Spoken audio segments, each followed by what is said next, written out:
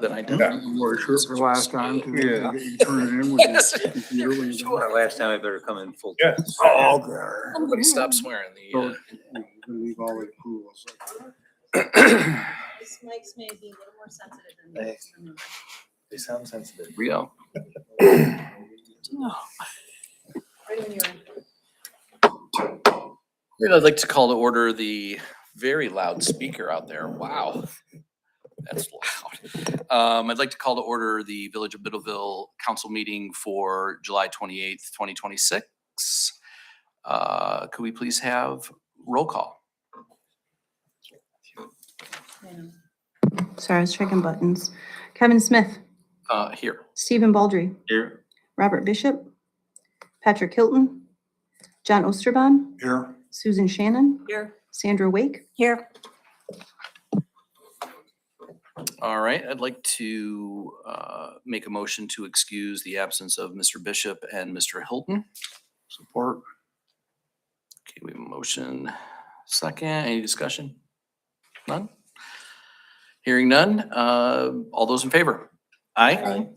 All those opposed? Motion carries. Please stand for the Pledge of Allegiance. I pledge Allegiance to the flag of the United States of America and to the republic for which it stands, one nation, under God, indivisible, with liberty and justice for all.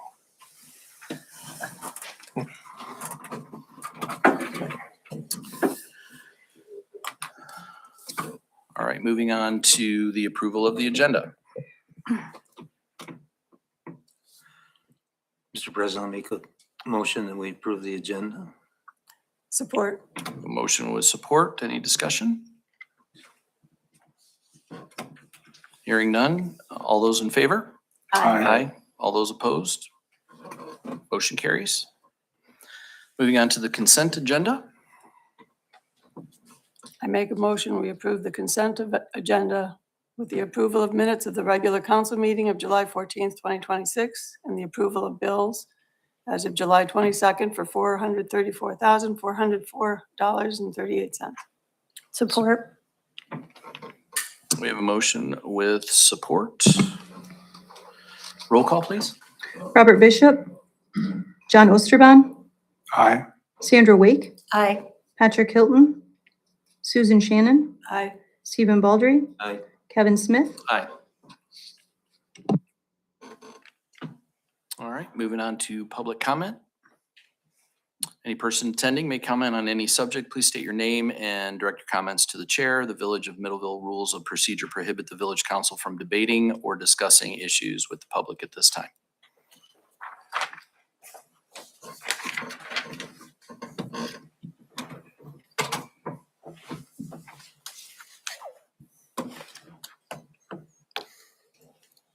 All right, moving on to reserve time. Mr. Mears, hello, Hello. welcome. Nice to be here. Sorry I was not here last month. Get you up to date here. Fremont Street is the next road that's going to be undertaken, it looks like, for next year. So we've surveyed that and we're going to get going on the design I think pretty soon. Craig will have more on that. The Paul Henry Trail Bridges, we are past a tribal review, but we did have a bid opening in the city of Lowell for the Lowell area trail. We noticed our estimate was light on a few items there, so we revised it to match what we had just seen in a recent bid opening. So that did bring the cost of the project up a little bit. I know that's different than I reported about 5 or 6 months ago when I had Anlon take a look at it, but I'm beginning to question whether I got real good information from Anlon in that, because they were one of the bidders on the Lowell job. So, but we have communicated that to Mike Smith, who's handling the TAP grant, and I'm reasonably optimistic. I am optimistic that there will be additional funds available in the TAP program to cover that increase. The Main Street parking is happening with the Railroad Street project, and the Railroad Street project is going to start tomorrow. So it was originally supposed to start on July 15th, so they're 2 weeks behind, but they anticipate they will be done this construction season, and that will start tomorrow. Now, Irving Road Phase 1 work is complete, and we'll be getting as-built submitted to JD on that one. Irving Road Phase 2, there's a couple punch list items left to complete, so we'll make sure the contractor completes those and get as-bills turned in. Mid Villa, as-bills were turned in. I haven't reviewed them yet, but they look pretty good from a quick review. So we'll be ready to sign off on that project soon. The wastewater treatment plant, still have the issue with the tank corners. I will coordinate with George up there about the sludge removal and about a plan to get those repaired, and and the water supply expansion drilling of the test well is scheduled to start this week. So that's out on Crane Road there. Nice. The DPW building addition, Concept Design Studio has submitted a preliminary plan, I believe, floor plan. Mhm. So that should be moving along. Malia's handling any of the Main Street streetscape, if there's anything coming up with that. And then Kellogg Crossing, we had the pre-con for that. So I know we're waiting on a water and sewer permit, which have been in since May 8th. So there is quite a bottleneck right now at Eagle. So that's all for my written report. Are there any questions or concerns from anybody? Not here. All right, thank you. Appreciate it. Thank you.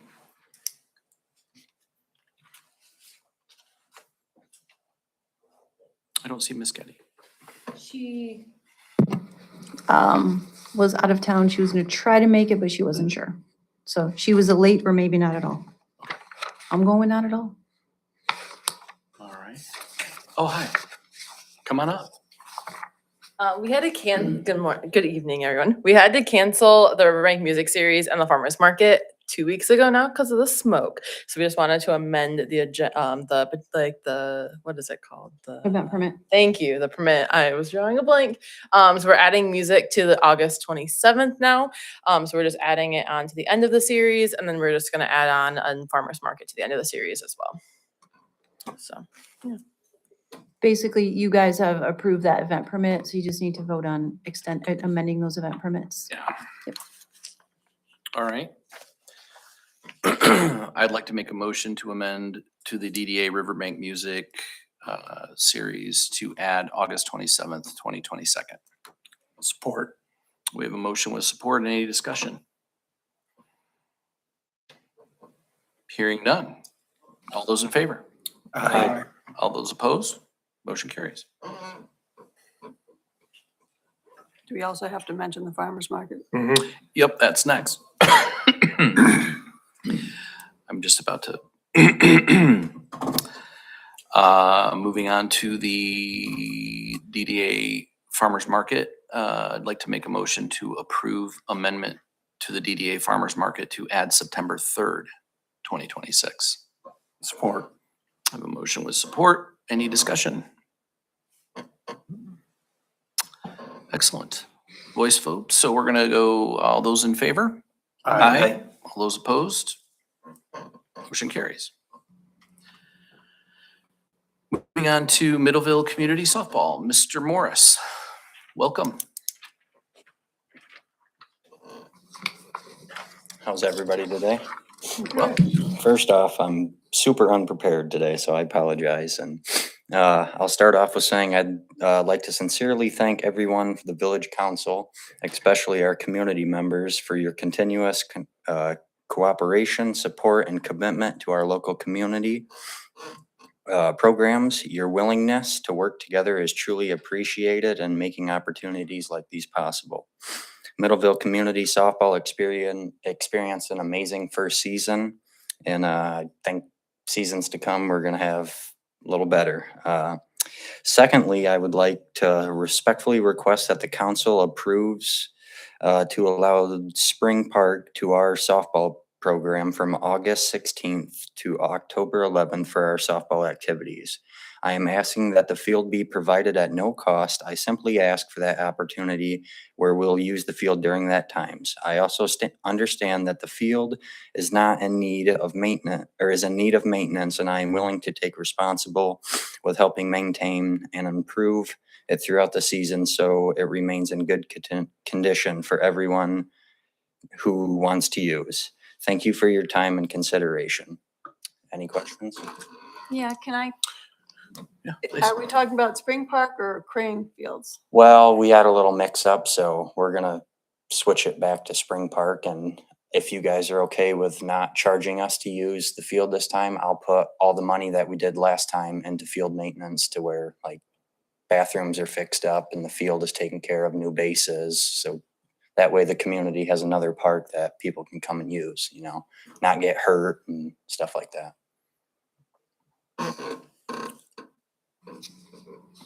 Sounds fair to me. Anyone else? Any questions or concerns? I think no cost is table stakes given the park. So I think that that's certainly well within the purview of what we're trying to accomplish. I do know that and just in all fairness, just to bring it up, I know that the MYA has an agreement that does blanket both Crane Park and Spring Park. I think it might be fair and equitable if we had a similar agreement put in place for you. And then in terms of scheduling and working out that, then you and the MYA can work out your schedules. Sure. But in terms of the relationship, in terms of expectations, having read through that agreement, it seems really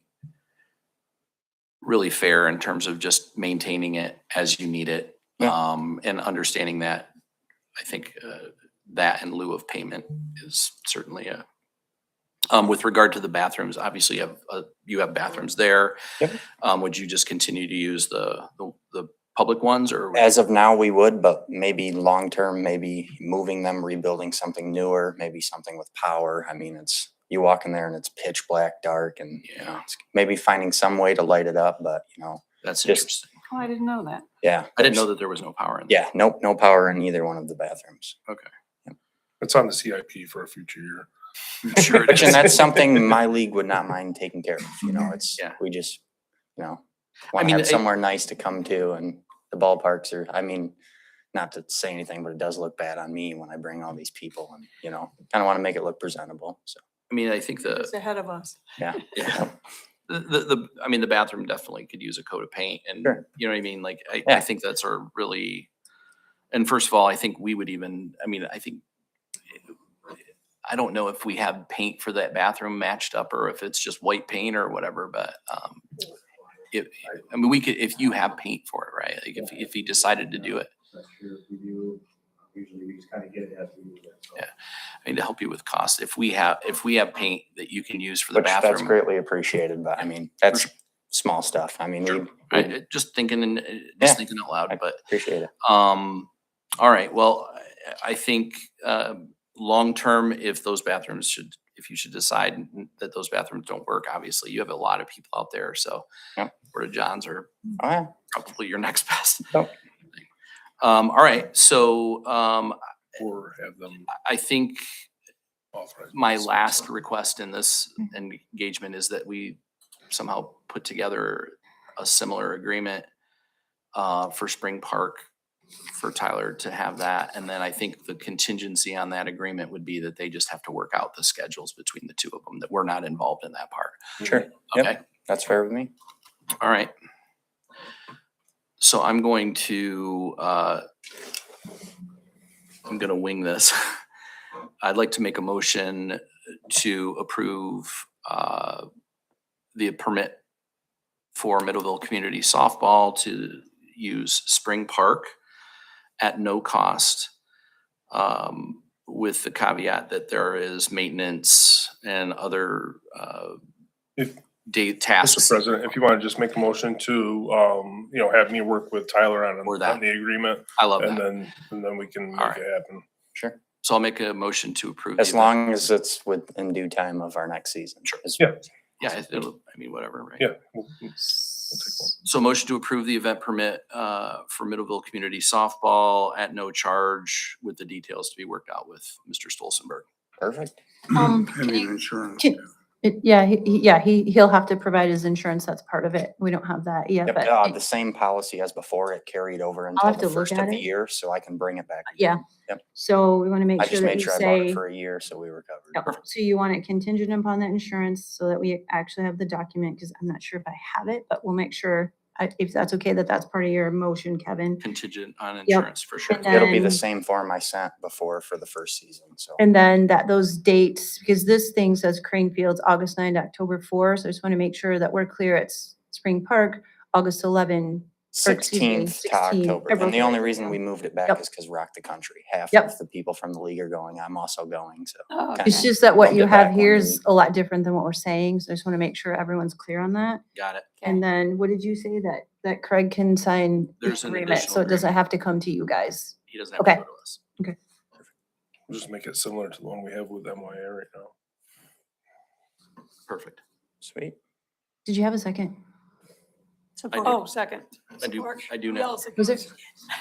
You did? I did You now. did and I missed you? No, I did just now. Okay, I got you. All right. Is there any discussion, further discussion or questions or anything? Perfect. All right, all those in favor? Aye. Aye. All those opposed? Motion carries. Thank you, guys. I appreciate it.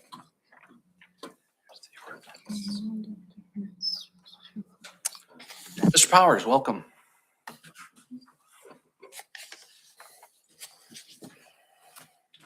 Thank you for having me. So the subject is consideration of ordinance 2148, amending refuse container collection requirements. The recommendation is to move to adopt ordinance number 2148 and ordinance amending section 27-13 of Article 2 of Chapter 27 of the Code of Ordinances related to the time allowed for the removal of residential refuse and recycling containers following scheduled collection. Some background, Chapter 27 of the Village Code establishes standards for the placement and collection of residential refuse and recyclable materials. These regulations are intended to promote public health, protect neighborhood appearance, and ensure refuse collection occurs in an orderly manner. The proposed amendment originated from discussion during the ordinance committee meeting on May 27th, 2026. During that meeting, the committee reviewed the existing requirement that refuse containers be removed by 7 p.m. on the day of collection and discussed whether the current standard remained practical given the village's refuse collection operations. Following discussion, the committee supported revising the ordinance to require containers to be removed within 24 hours after collection and directed staff to prepare an ordinance for village council consideration. So discussion. Under the current ordinance, residents are required to remove refuse and recycling containers by 7 p.m. on the scheduled collection day. However, the village's contracted waste hauler may continue collecting residential refuse until approximately 6 p.m. As a result, residents whose refuse is collected later in the day may have only a short period of time to retrieve their containers before technically being in violation of the village code. The proposed amendment replaces that fixed 7 p.m. deadline with a requirement that containers be removed within 24 hours after collection. This establishes a consistent and practical compliance standard regardless of the time collection occurs, while still ensuring containers are removed in a timely manner. That amendment also provides greater flexibility for residents who may not be home when collection occurs due to work schedules or other commitments. At the same time, it maintains the ordinance's objective of preventing refuse containers from remaining within the public right-of-way for extended periods. The ordinance does not modify the existing requirement that refuse and recycling containers may not be placed at the curb before 5 p.m. on the day preceding the scheduled collection day.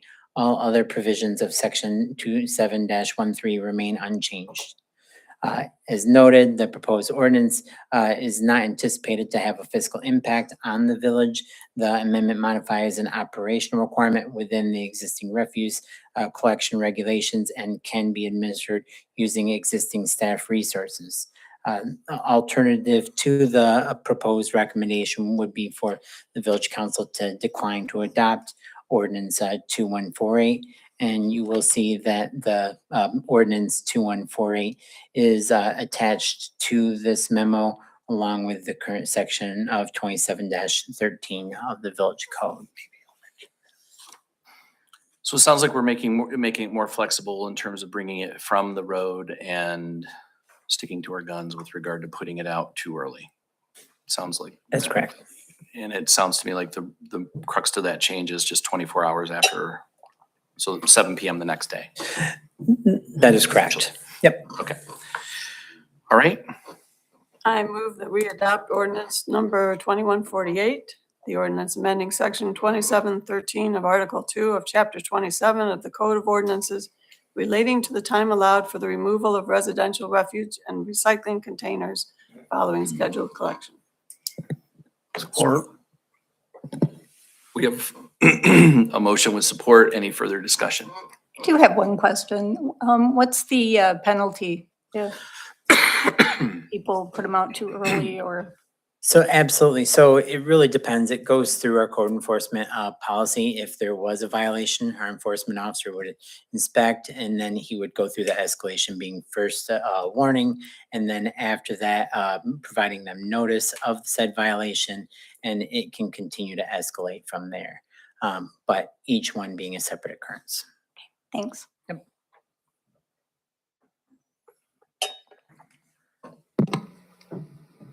Roll call, please. Sure. Susan Shannon, Aye. Stephen Baldry, Aye.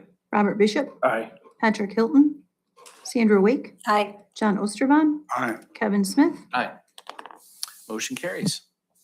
Thank you, Doug. Moving on to ordinance 2149. So the recommendation is to move to adopt ordinance number 2149, an ordinance amending section 66-123 and 66-129 of chapter 66 of the Village of Middleville Code of Ordinances relating to one-sided parking restrictions on designated streets. So background, in 2023, the fire chief of Thornapple Township Emergency Services appeared before the village council to discuss emergency access concerns within portions of the Misty Ridge subdivision. During the presentation, the fire chief described a 2022 emergency medical response in which emergency vehicles were unable to reach residents because vehicles were parked on both sides of the roadway.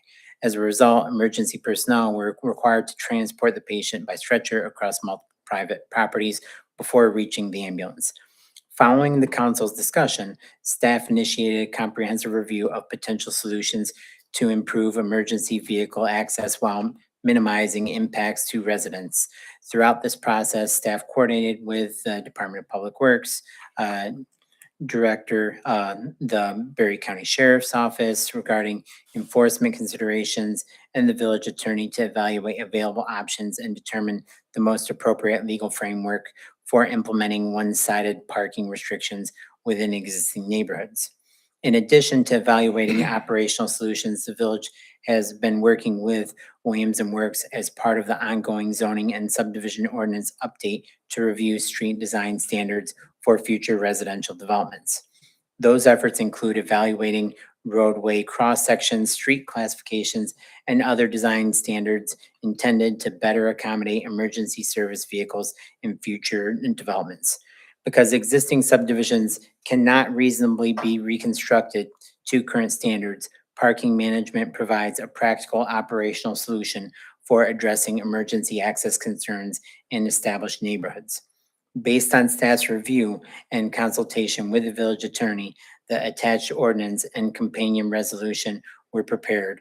The proposed ordinance establishes the legal authority and administrative process for implementing one-sided parking restrictions through future action of the village council by resolution.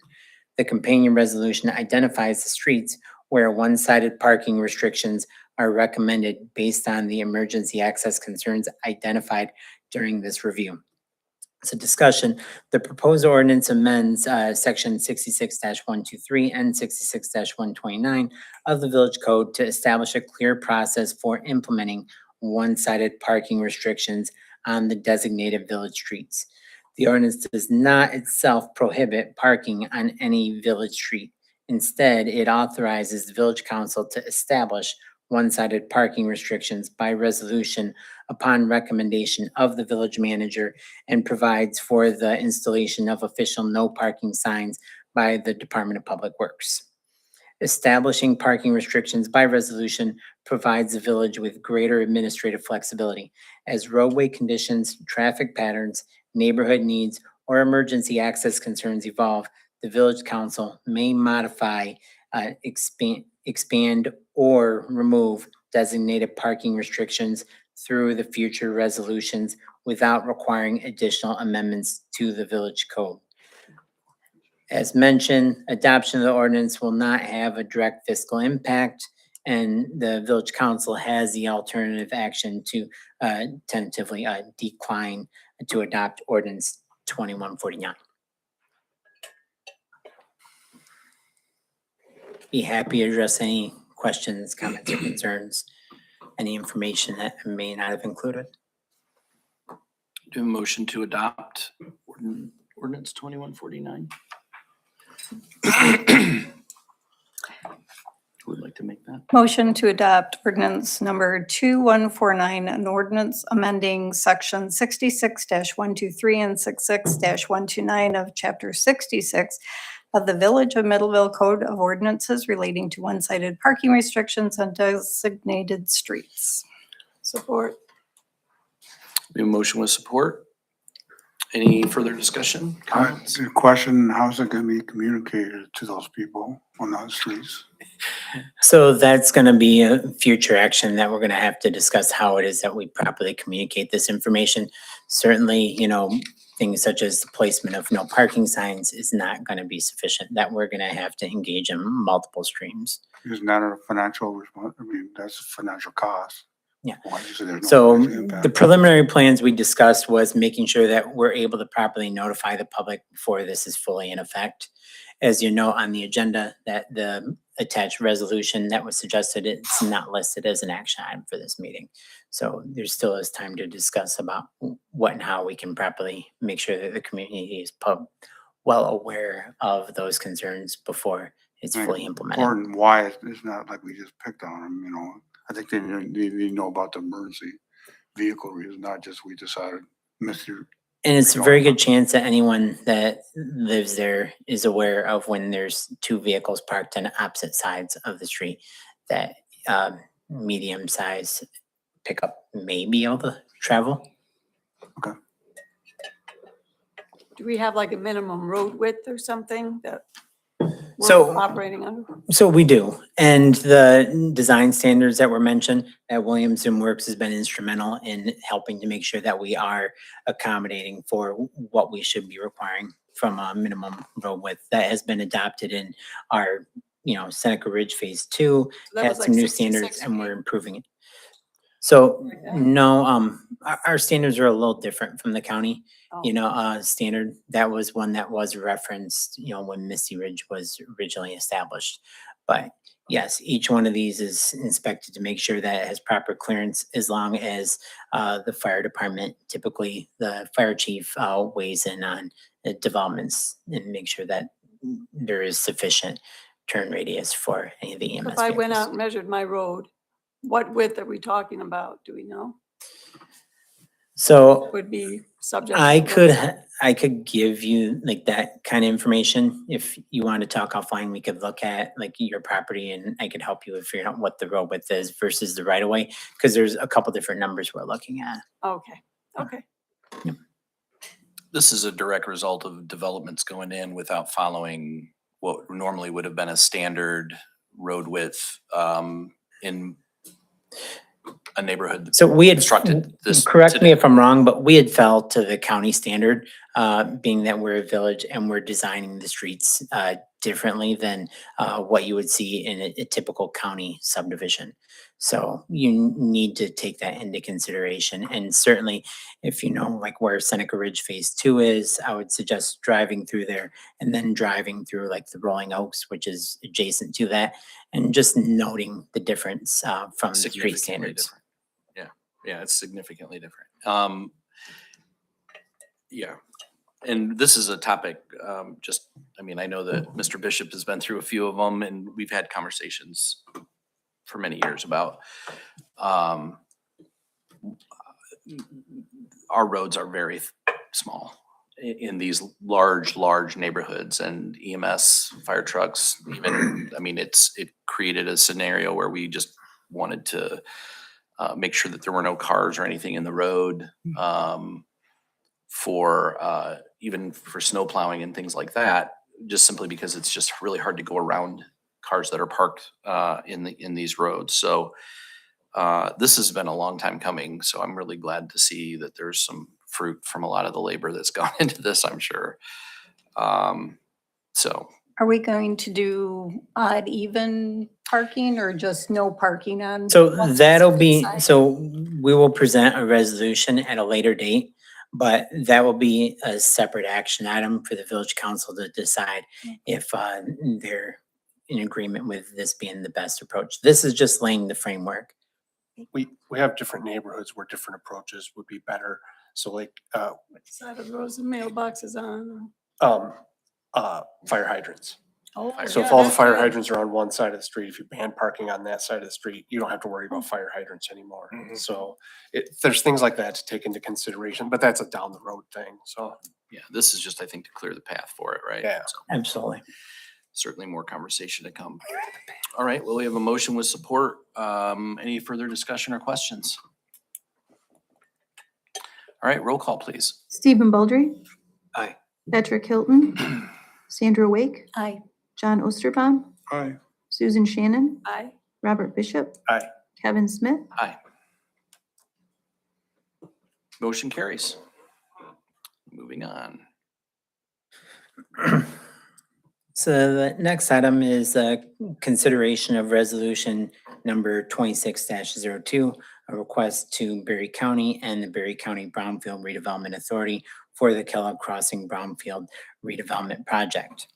So the recommendation did include three potential options, one being to adopt resolution number 26-02, the other being to reject resolution 26-02, or the third being to postpone consideration of resolution 26-02 to a date certain for further review and direction to staff. There is a suggested motion going along with that language, being motion to adopt resolution number 26-02, requesting Berry County and Berry County Brownfield Redevelopment Authority to consider the proposed Kellogg Crossing Brownfield redevelopment project located at 3770 Better. So the background. The owner of property located at 3770 Bender, parcel number 08-41-027-227-00, has submitted a proposed brownfield redevelopment plan in conjunction with the proposed Kellogg Crossing planned unit development, a 25-unit single-family residential site condominium development. The property has been identified as potentially meeting the definition of a facility and/or eligible property under the Brownfield Redevelopment Financing Act. Act 381 authorizes municipalities to establish a Brownfield Redevelopment Authority and utilize tax incremental financing to reimburse eligible activities associated with qualifying redevelopment projects. Berry County has previously established a Brownfield Redevelopment Authority. Under Act 381, the village may either establish its own Brownfield Redevelopment Authority or request that Berry County administer a brownfield project on the village's behalf. Resolution number 26-02 requests that Berry County, acting through the Berry County Brownfield Redevelopment Authority, consider the proposed Brownfield Redevelopment Project.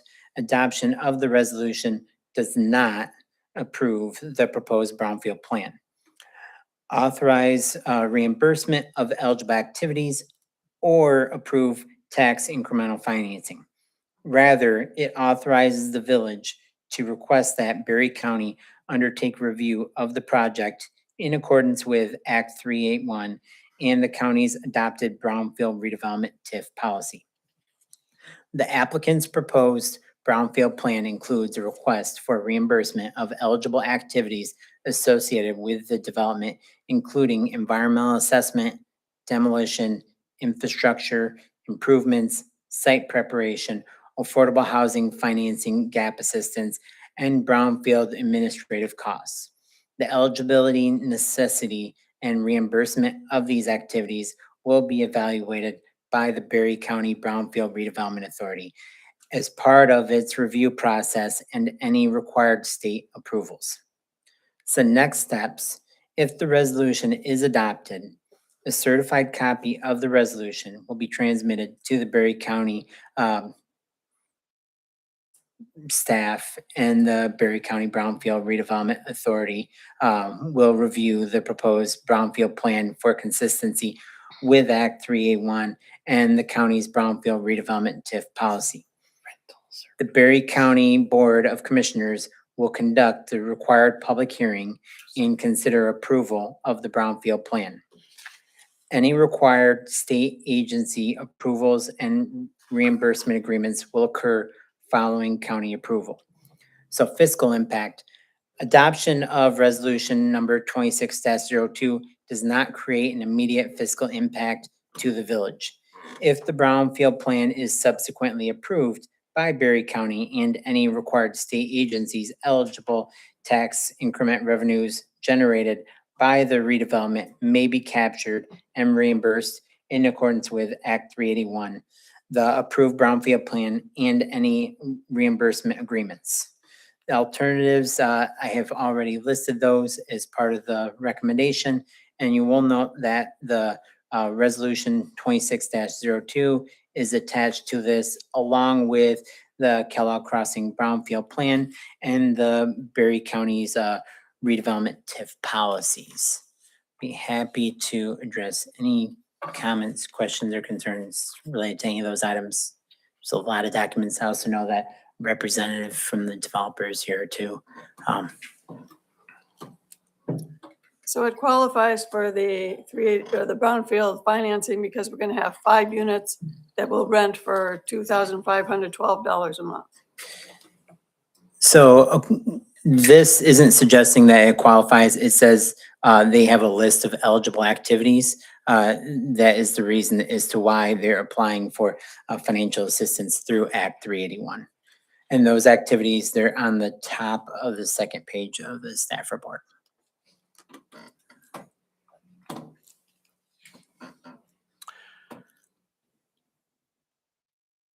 My own feelings was that the length of term was too long. I don't know if we need to say anything or if we just pass it on to Berry County anyway. But a 30-year tax break seemed kind of hefty for 5 units. I mean, we have the option of just rejecting the resolution altogether. Oh,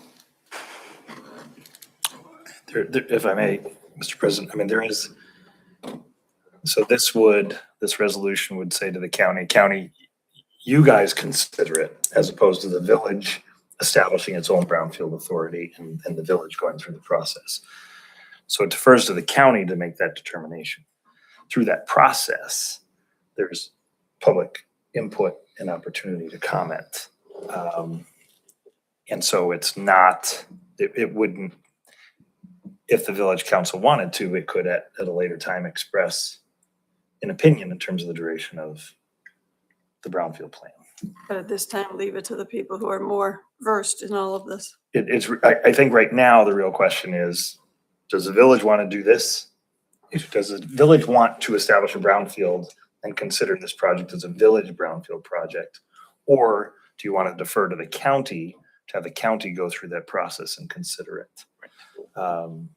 And then the mechanics or the specifics about whether 30 years or whatever, that opportunity to comment comes later. Thank you. You're welcome. And you will note too that the TIF policies do address some of those comments as well. Thank you, Mark. You put it so much more eloquently. I believe a motion is in order, unless you would like me to make it.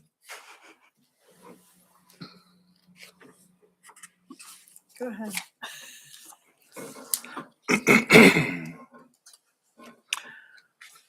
I would like to make a motion to reject resolution 2602, resolution to request Berry County and the Berry County Brownfield Redevelopment Authority to assist with proposed brownfield redevelopment project within the village of Middleville.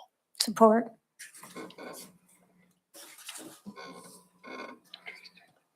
We have a motion with support. Any further discussion? So it may behoove council to realize the village, we do not have a brownfield authority to process this. So if you chose, as Mark mentioned, if you chose not to have the Berry County BRA process this, there'd be a lot of logistics for the village to be able to process this petition. Required to. Right. Right, so Yeah, Clear. because we're So I not, need we to- don't have a brownfield authority at the village level. Certainly the village council has the ability to, conduct public hearings as we do, but, we do not. You're saying that if we adopt it, then it goes to the county, not This, us. so this would go to the Berry County Brownfield Redevelopment Authority, where they would review this for alignment with the TIF policy. And then they would draft a recommendation that would go to the county commissioners, at which time the county commissioners would schedule a public hearing to receive public input regarding the petition. After said public hearing, they would then have, make a final determination on what should occur, with this petition. The county would.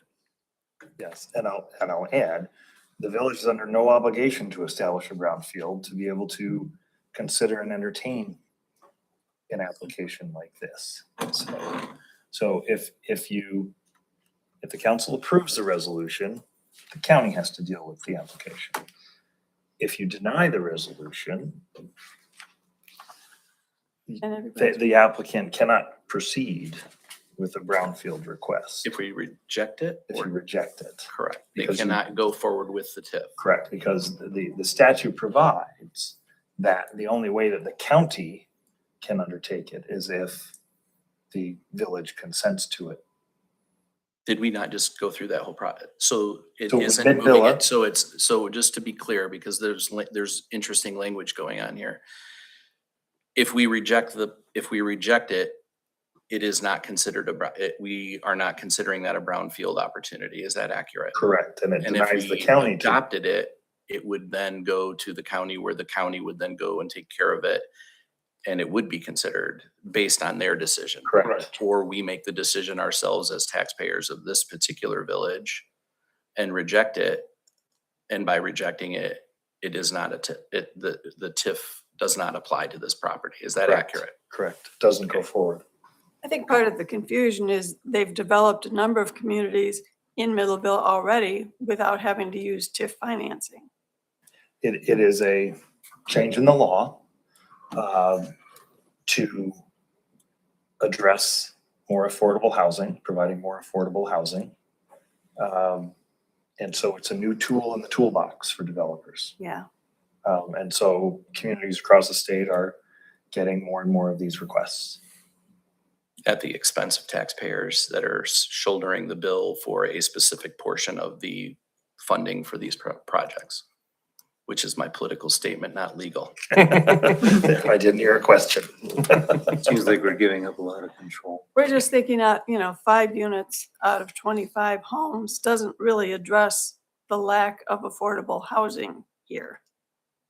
And it certainly isn't worth $3 million to the taxpayers over the course of 30 years to pay for the interest on a project like this. So my motion remains intact. We have a support, and I think we need a roll call. Can you mention the motion again? Sure. Motion to reject Resolution 2602, resolution to request Berry County and Berry County Brownfield Redevelopment Authority to assist with a proposed brownfield redevelopment project within the village of Middleville.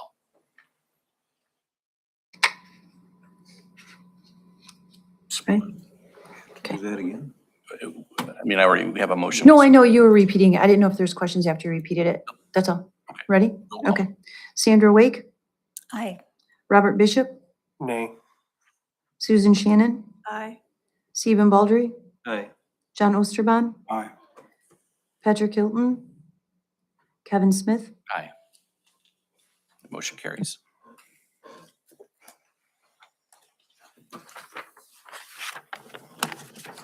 Okay. Moving on to Resolution 2612, capital improvement bonds. Mr. Stolzenberg. I think I'm gonna defer to Mr. Nettleton and Mr. Hayduke on this. Okay. Yep. Want us to go? Okay. Sure, you don't have to. Oh, okay. You get the hot standing point. I'll sit in my comfy seat. Questions, however, good evening. Want me to start? do you want to handle the resolution part since? Sure. So we've been working with Craig and Brandon in terms of the Fremont Street reconstruction project, as well as the DPW building addition. And talked about how the town, how the village could finance the project. And we came upon the tool in the municipal finance toolbox of issuing capital improvement bonds like the village has done in the past.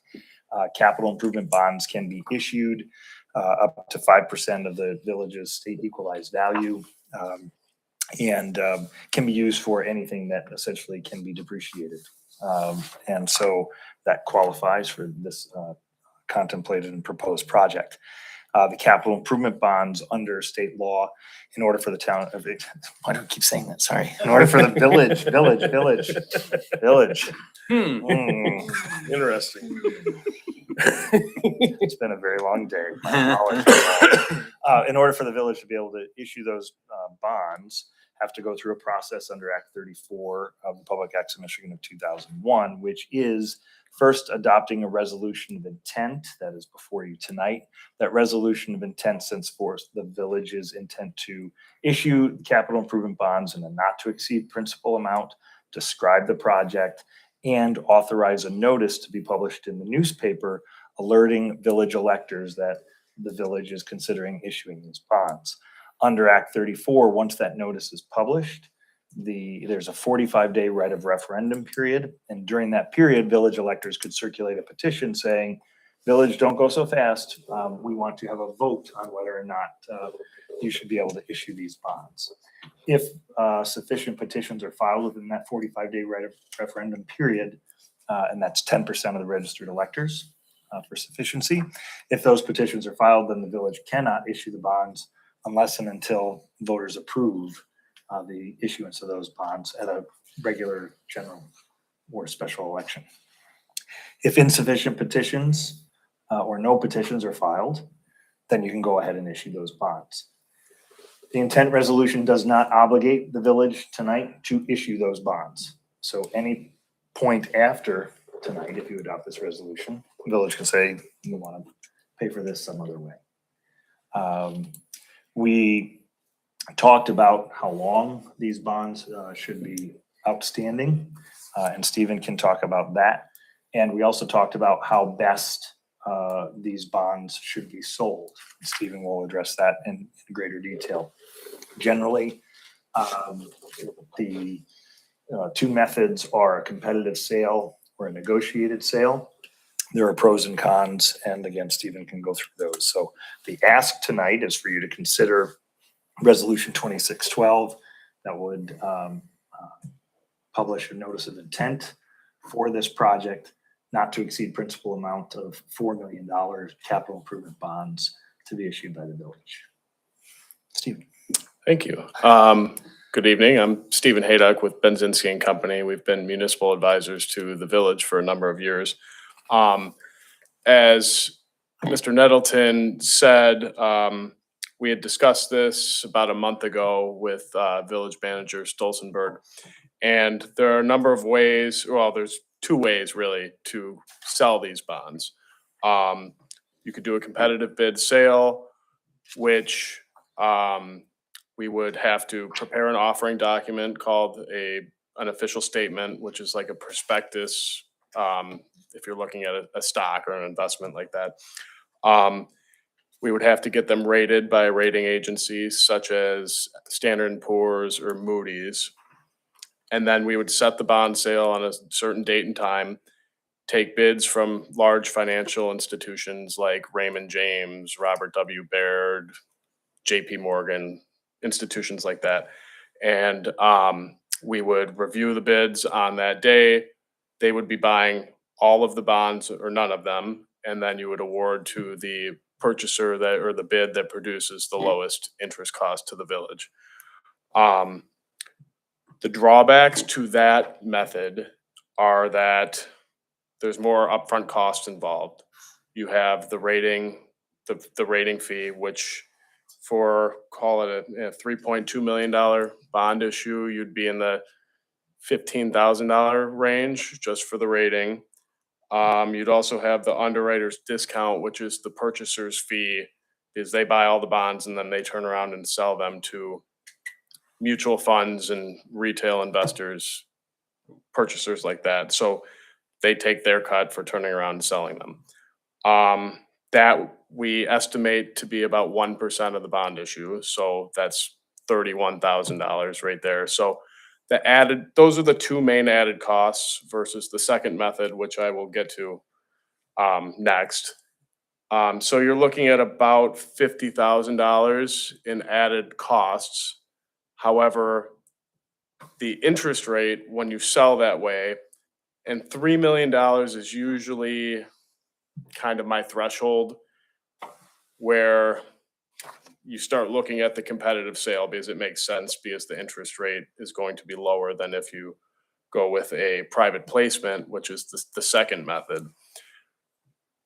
The private placement, What is the interest rate, just out of curiosity and I know that it's a moving target, Sure. so I'm not gonna quote you so in the future. I looked at, so for the competitive bid sale, which I just kind of outlined, we looked at 10, 15, and 20 years, which I'm estimating conservatively 3.75% for 10, 4% for 15 years, and 4.25% for 20.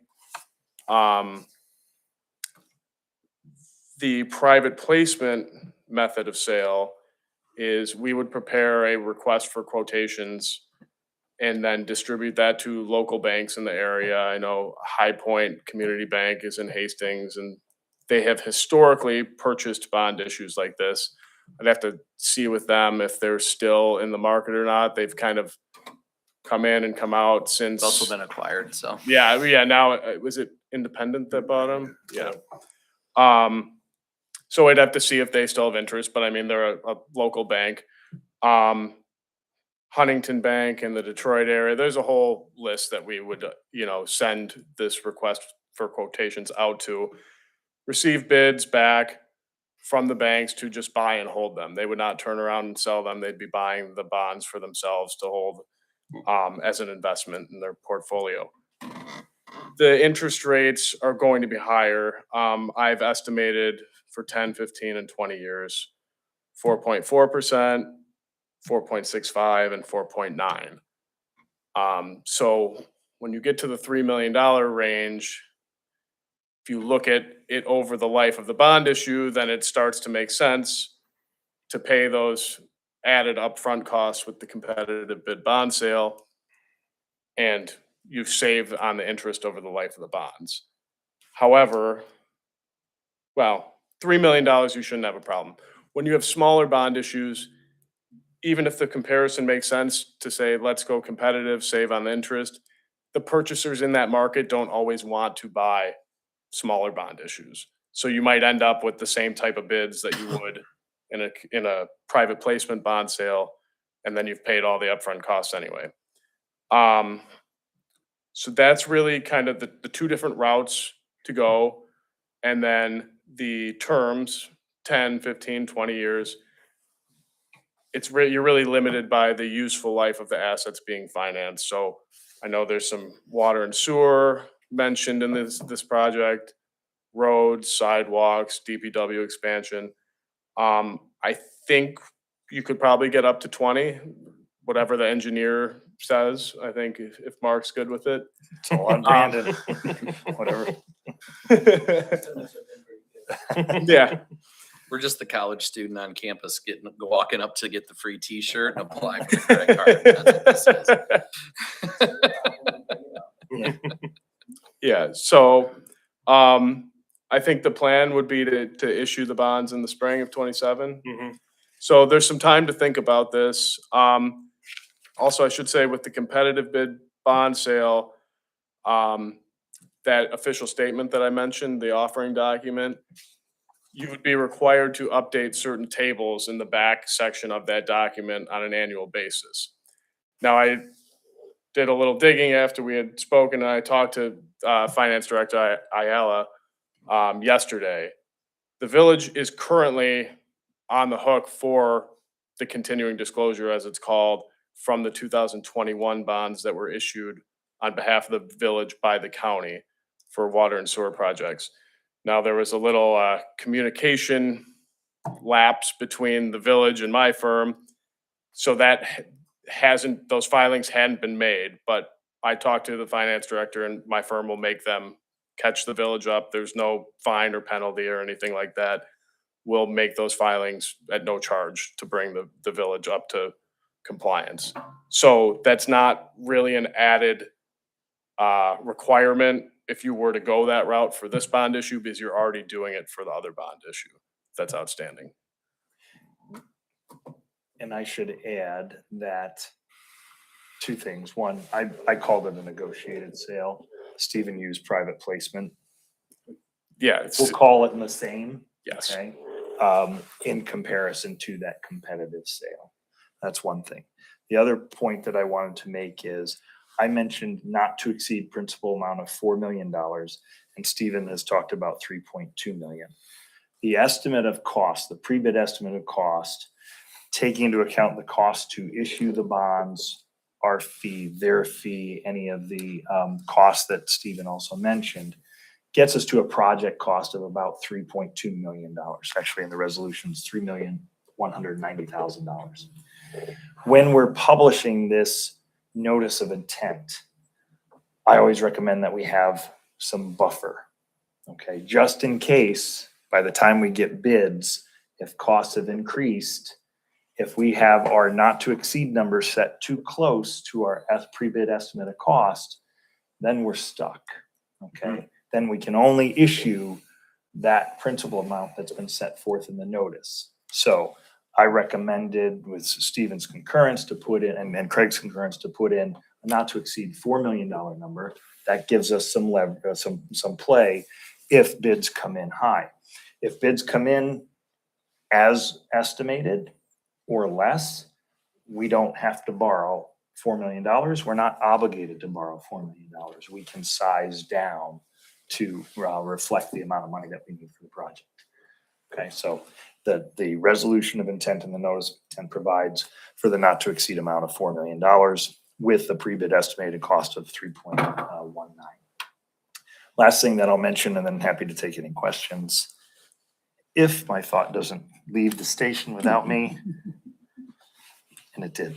We've got, just so the council's aware, we've got about 1.25 million falling off the books.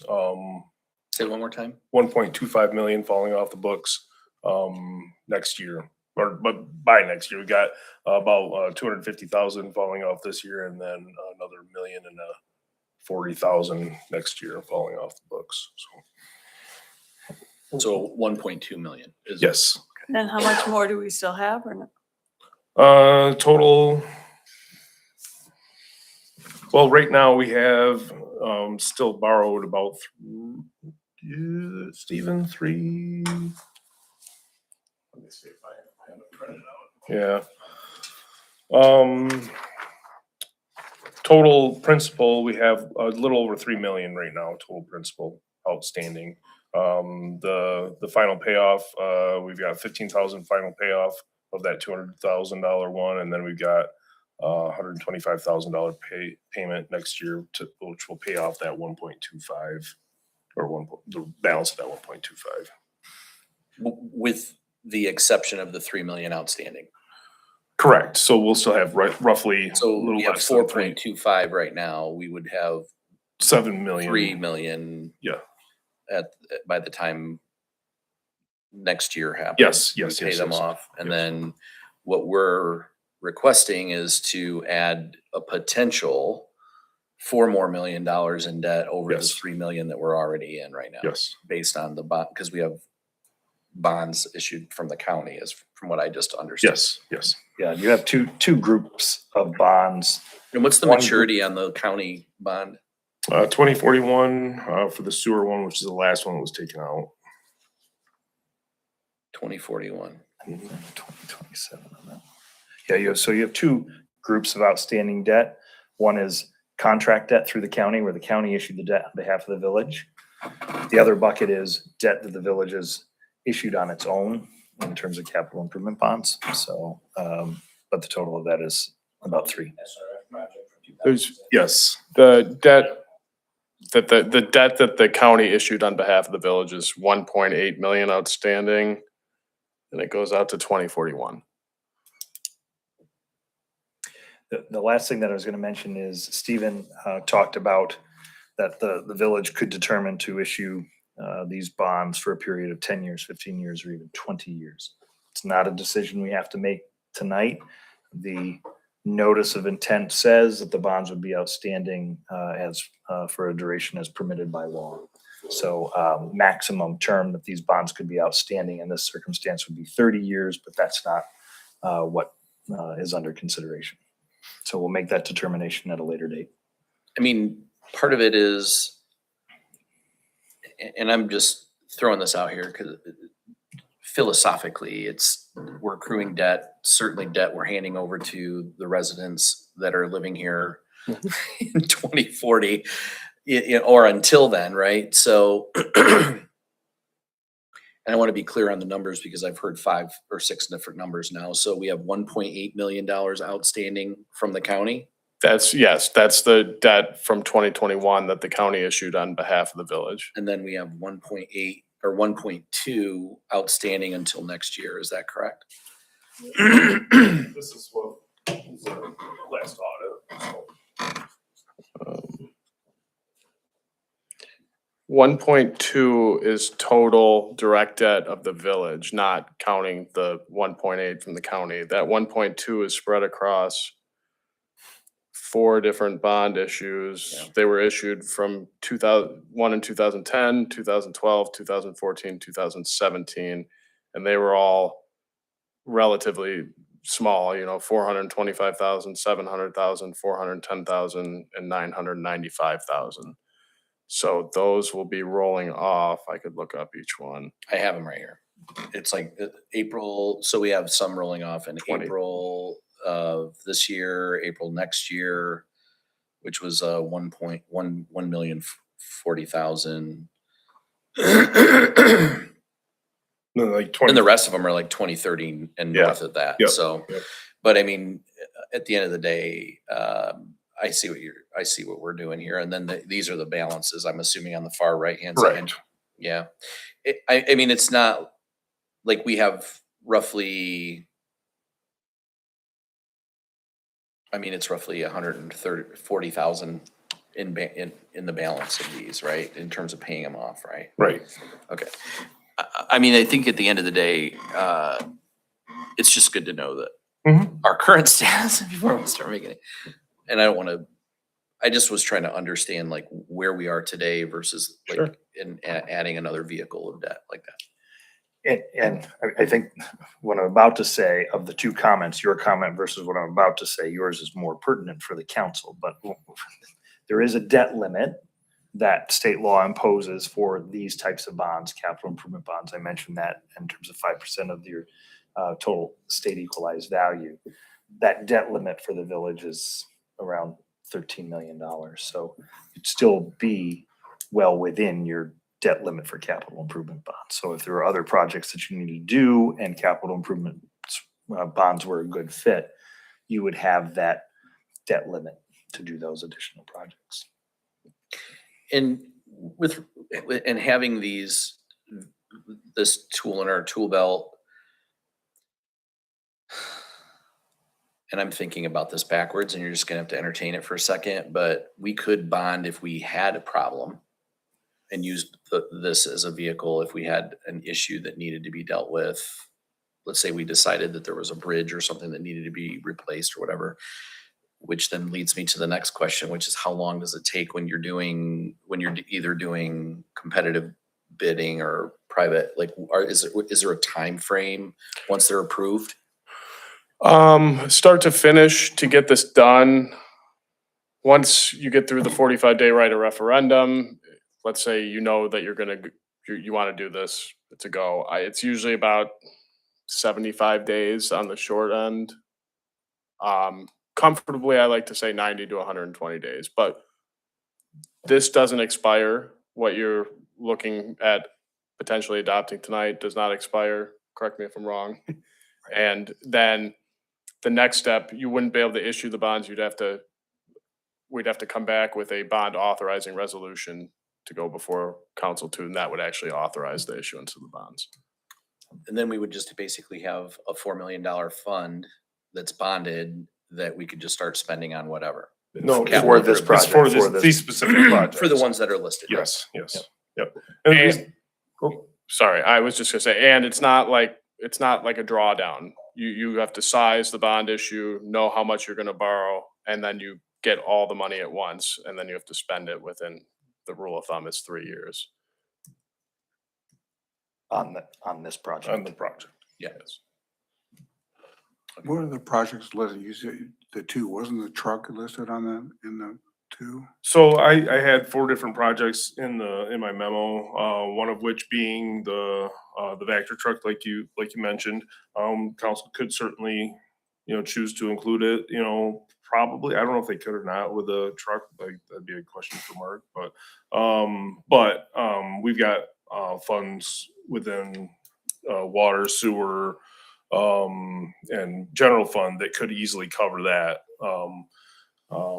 As well as we've got funds in the LDFA that would be able to cover the new well and the infrastructure that has to go along with that. And there are no other projects outlined in the LDFA plan besides that well that are really of necessity. So I can't see us spending those funds on anything else either. But the Fremont Street project, the estimates climbed a lot higher than what I expected. And rather than tap our savings that we have currently for that, I think it's a good mechanism to go out and to bond funds instead. So then, if there were an emergency like Mr. Smith was mentioning, then we would have those funds readily available, so we could use those savings for such an emergency, like something catastrophic with the sewer plant or something along those lines.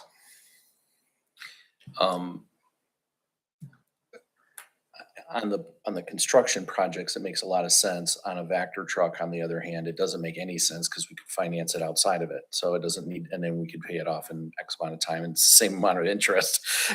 Which is why I'm not- I don't know why there is no competitive advantage to bond it and we could use that for an entire street. I mean, we could replace Lloyd Court, for instance. Just suggestion. And as currently drafted, the resolution only provides for the Fremont Street project.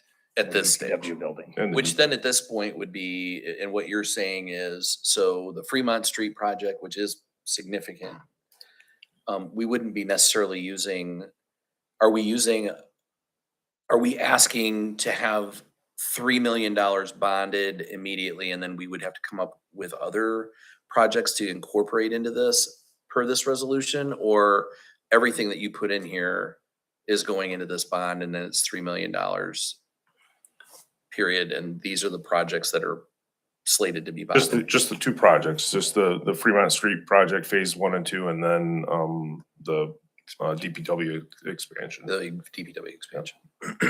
Also, just to note, the amount's not known now. So once bids come back, we would size the bond issue. So if you only need 2.5 million. So it's just a not to exceed. Yeah, exactly.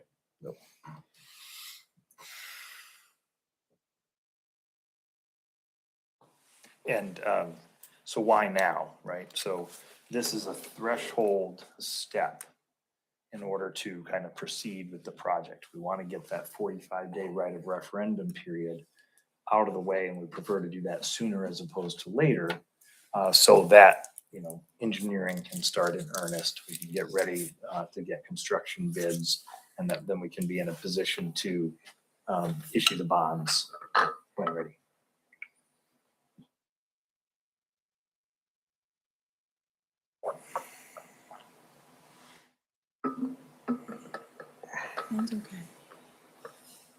And right now, our savings, what we have invested in Michigan class is earning right around 3.7, That's you already know, been spent, 64 other projects. You keep, every time you bring it up. We can't just- bring that up anymore. Well, it is earning money while it's sitting there is what I'm saying. So if we borrowed money for these projects, we wouldn't have to tap those funds, which they wouldn't currently be, they wouldn't be earning money. More while- money, yeah. Exactly. No, I get it. But we would still be paying through at bare minimum 3.75%, which erases a lot of those earnings. It'd be Or at least essentially the a interest wash or something. Yeah, You know, yeah. I get that. Yeah. I mean, I'm always really nervous about bringing on debt in many ways because we are so fiscally responsible. We have really high fund balances, and I think that we've done a really good job of keeping our debt low. But at the same time, these are vast projects that I think Fremont Street really was a big surprise with regard to how much that was going to be. So anyways, any other further questions or concerns? Are you done with your presentation? I'm sorry, I No, completely took it off if everyone anyone else. has any questions, I'm here. I mean, it's definitely a project that needs to happen. I mean, if it doesn't happen next year, if you guys push it off till 2028 or 2029 or 2030, you know, it's probably gonna be more in the $5 million range. Yeah. So it's a matter of if you guys wanna complete the project or not, and you know, how you wanna finance it or how you wanna pay for it, so. It did say you were looking at other options on how to pay for those projects. What other options might there be? There's not much at the moment. You know, we're receiving some more funds from the state with our Act 51 funds and things like that, but there's not a lot of available, grants available for Middleville, unfortunately. Middleville kind of gets left in the to be last for things like that. You know, the state tends to finance, projects in Detroit or, lesser affluent communities. Caledonia. Yeah. We did win a category B. Category B grant, and we're gonna apply for that again also, but that was about $300,000 for High Street, when we did that, MEDC was handing out money selectively, and we got some for Greenwood, replaced that concrete Yep. sanitary sewer. That was about $750,000, if I'm correct. that was closer to $1 million than that. Yeah. Yep. Yeah. So we are Mhm. trying to find sources of. But your two main financing mechanisms that are subsidized by either the federal or state government. Federal government's rural development. Village isn't going to qualify there for any beneficial rate. And then the other is the state revolving fund, and that's only gonna be for sewer or water. And to Craig's point, that's on a competitive basis. And so if there are large projects from a Detroit or a Flint or something like a Grand Rapids, they're going to take up the lion's share of those dollars.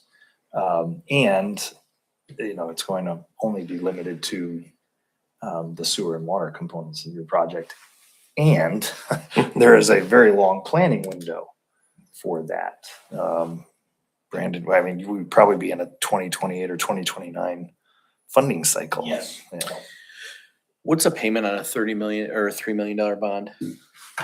Roughly at 4%. Stephen, Yeah, how many years? Let's say 15, Let's go down the middle on 15, yeah. 15, if you did 4%, you're looking at 292,000 per year. And if the private placement route, at 4.65%, 300,000 per year. 20-ish thousand dollars a month roughly. Oh, I mean, if we had 25 houses built in our neighborhood, there we go. All right, any other questions?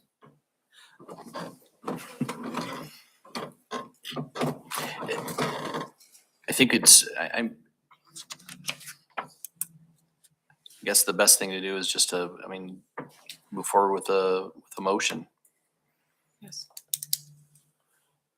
which we are at 2612 capital improvement bonds. Mr. President, I'll make a motion that we approve resolution 2612. All right. Support. Motion with support. Any other further discussion? All right, we'll do a roll call. Patrick Hilton, Stephen Baldry. Aye. Susan Shannon, Aye. John Osterbaum, Aye. Sandra Wake, Aye. Robert Bishop, Aye. Kevin Smith. Nay. Motion carries. Thank you. Thanks, Stephen. Moving on to council and staff reports. Mr. Stolzenberg.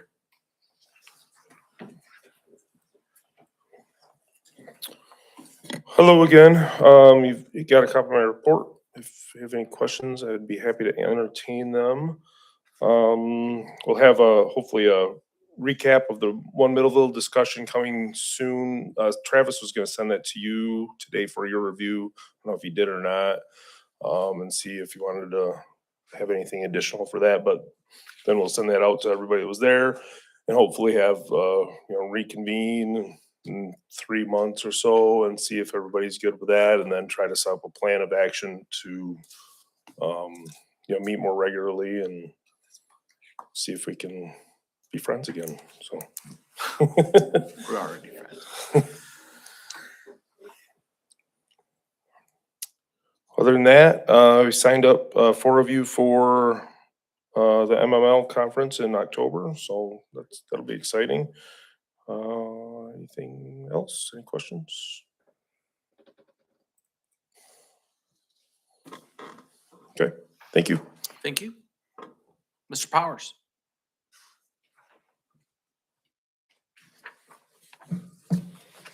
So we still have a decent amount of permits being pulled within the village. The 36th Street Development have a meeting forthcoming about rendering, so we can work on the plans for that. Also, August 6th, 11 a.m., ribbon cutting for McDonald's. There'll be a lot of people there. First standalone fast food ribbon cutting or opening in the village. So definitely a momentous occasion. Just to keep in mind of that. Should we have a good amount of people to show our support for that.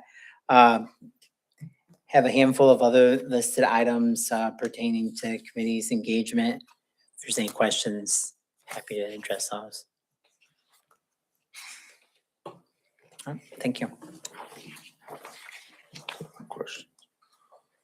No more questions. Hello, sir. How we doing? Well, how are you? Good. Same old, same old. Most people are cooperative. We've got probably 2 building issues that I'm working on to try to get repairs taken care of. Now we're just dealing with yards and RVs and things like that. Looking forward to working with the ordinance committee. I have about a 3-page document that we'll get to. Miss Shannon, if you could send me your schedule, that'd be great. I sent a request to your Oh, am your I on the committee? to your village email. I think it was John. Oh, it's John. Okay, I was told it was you. I'm sorry. I mean, We I'd couldn't be remember. willing, but. Oh, I all right. think So I it's was- so it's Sandy, John, and Pat. Pat. Okay, I will send you a request Okay. just for your schedule so we can get that going. Sorry, my bad. That's what I was told. No, that's okay. Yeah. It got confusing. So you guys have the activity log that was in the report. Anybody have any questions or concerns? With the adult foster care place on set 30, they changed ownerships and owners, correct? That I don't know. Apparently, because whoever owns it now doesn't take care of nothing up there. The place is coming apart. I did notice that it used to be like it was all one owner all the way around the corner. Mhm. And that yard's getting a little scruffy. That one's on my radar for sure, but I'll take a closer look at the building. Even that, the back, you had a temporary garage back there. The fabric's all gone now. Yeah, okay. And- I'll take a close look on Thursday. And I knew the guy. I know it was for sale. So I know he changed hands. So maybe it's not even. Maybe it's not a local company anymore. Right. It could be ownership, but he took great care of it. Yeah. I walked by there and they just I'll take a look. Nobody cares. I will say that for the most part, the people that I have dealt with out of town that own properties in town have been pretty responsive. The Eagle Creek Homes there on Broadway, a few people that manage rental properties, they have responded pretty quickly, most of them. So that's been good. Anybody else? All right. Thank you. I'll send you an email, John, okay? Okay. All right, JD. Evening, everybody. Good evening. Kind of business as usual. Brandon mentioned a lot of stuff that I was gonna mention. So tends to happen quite a bit, I've noticed. But yeah, we're moving right along. Lead and copper sampling's almost done. Way ahead of schedule, which will be nice because I don't want to have to scramble last minute to get that in so we can stay within compliance. But yeah, any questions on anything? Quadplex is moving along. That is scheduled for the 10th. No kidding. Yes. I always miss the cool stuff. Nice. Thank you, sir. Mm-hmm.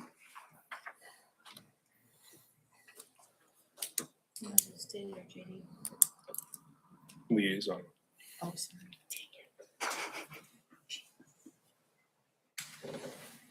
Liaison reports. Anybody do any liaising? Oh, I did. So I met with the TAPRC and we talked a lot about Spring Park, Sheridan Park. We talked about the East Bank Riverfront improvement plan that was created some time ago. We refer to it as a dusting off of a lot of these projects, specifically Sheridan Park, which there's huge long-term benefits, things like ball diamonds and things that, and centralizes a number of other things like pickleball and so on and so forth. So Sheridan Park plans got dusted off and will be getting updated. There's a portion of that to Spring Park and then the East Bank on the river. We're gonna go through a survey and we're gonna collect all the feedback from other engagements and really just move forward with proposals to come to the board and discuss. They spent the lion's share of the TAPRC's current budget on dusting off these plans. So, and that's with Williams and Works. So, congratulations. But I think what's going to happen is we'll get a more modern take, get some updated surveys, and really just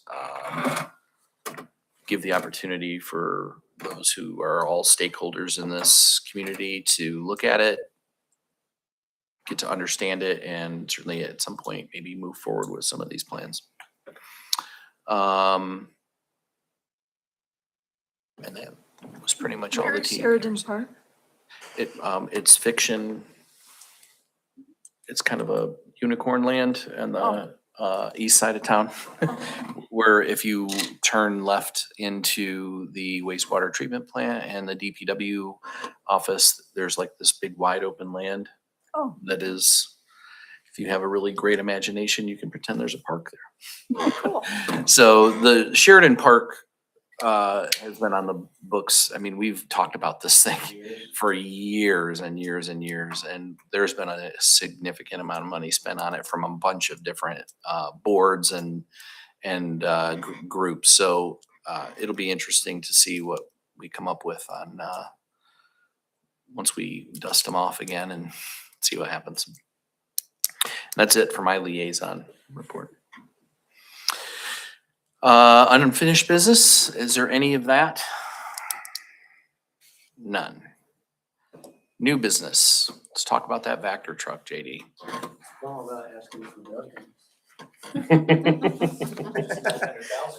I'm not even asking for that much. As long as it has tinted windows and satellite radio, I'm Now okay. that might add a little bit to the cost, but I mean, if that's what you want. Better have do a what wood, it takes. it better have a wood bench and a joystick. in order to- It's got a remote control. It can operate outside the truck. So I'm coming here to ask for a new vac truck. The one we have is a 2008, purchased in 2019.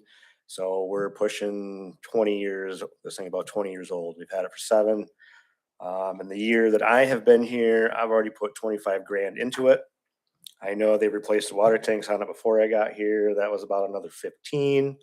So, and I got 2 of the 4 companies, only 2 offered a trade-in, and they were gonna give us 25 grand for it.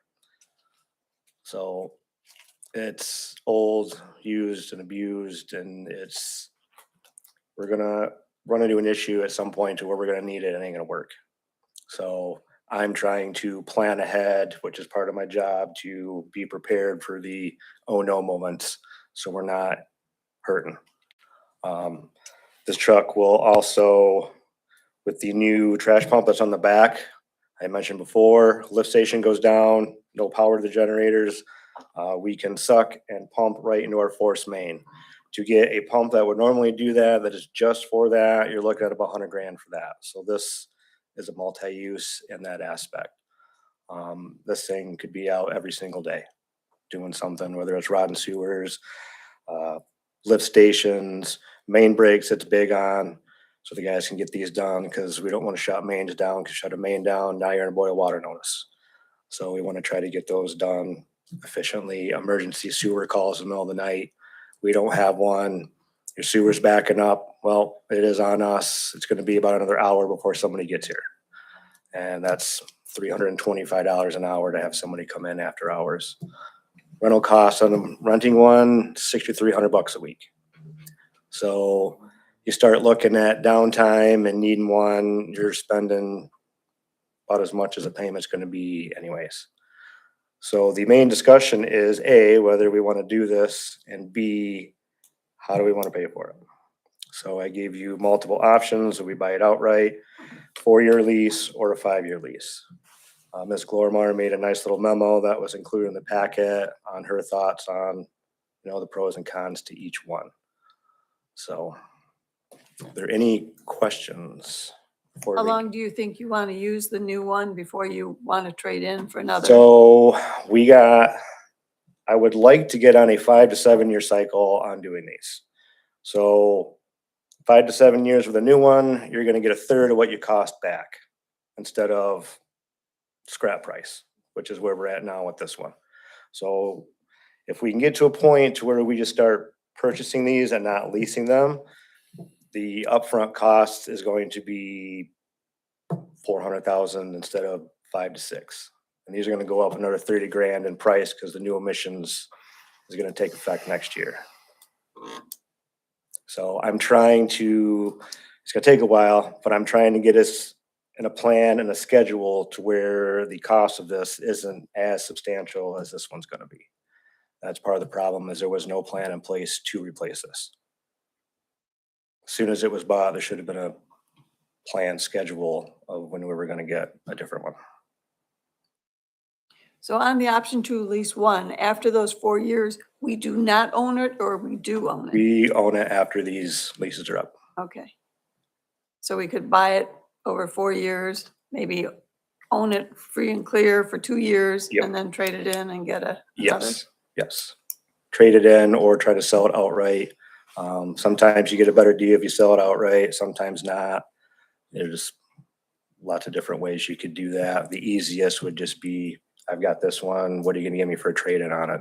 Which towards is the like next for a one? car, yeah, if you sell it yourself, probably get more. Same exact idea.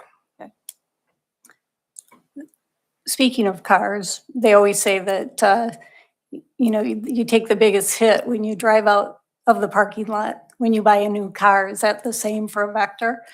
These hold a little bit better value. I've never bought one new, so I can't give you 100% answer on that, but I don't think so. These hold pretty decent value. Like I said, over 5 years, you're gonna get a third of what we cost back on that. Is there a reason why we wouldn't look at a used? The reason I don't want to look at a used is because we're gonna be in the same exact boat that we're in right now.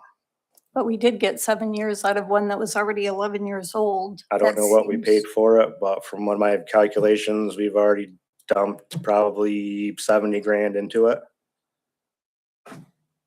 And we're getting to a point where we're gonna have to start dumping more into it. Yeah, and Right, I right. have no doubt that we need Yeah. to do something. Yeah, just 600,000 is a lot of money. It is. And based on our trip to Sparta, they had bought a used one, Right. put some money into it, and they were pretty happy, it seemed like, with that. For now, until it starts nickel and diming them, Mhm. because that's what's going to happen Yeah. eventually. Do we use that every day?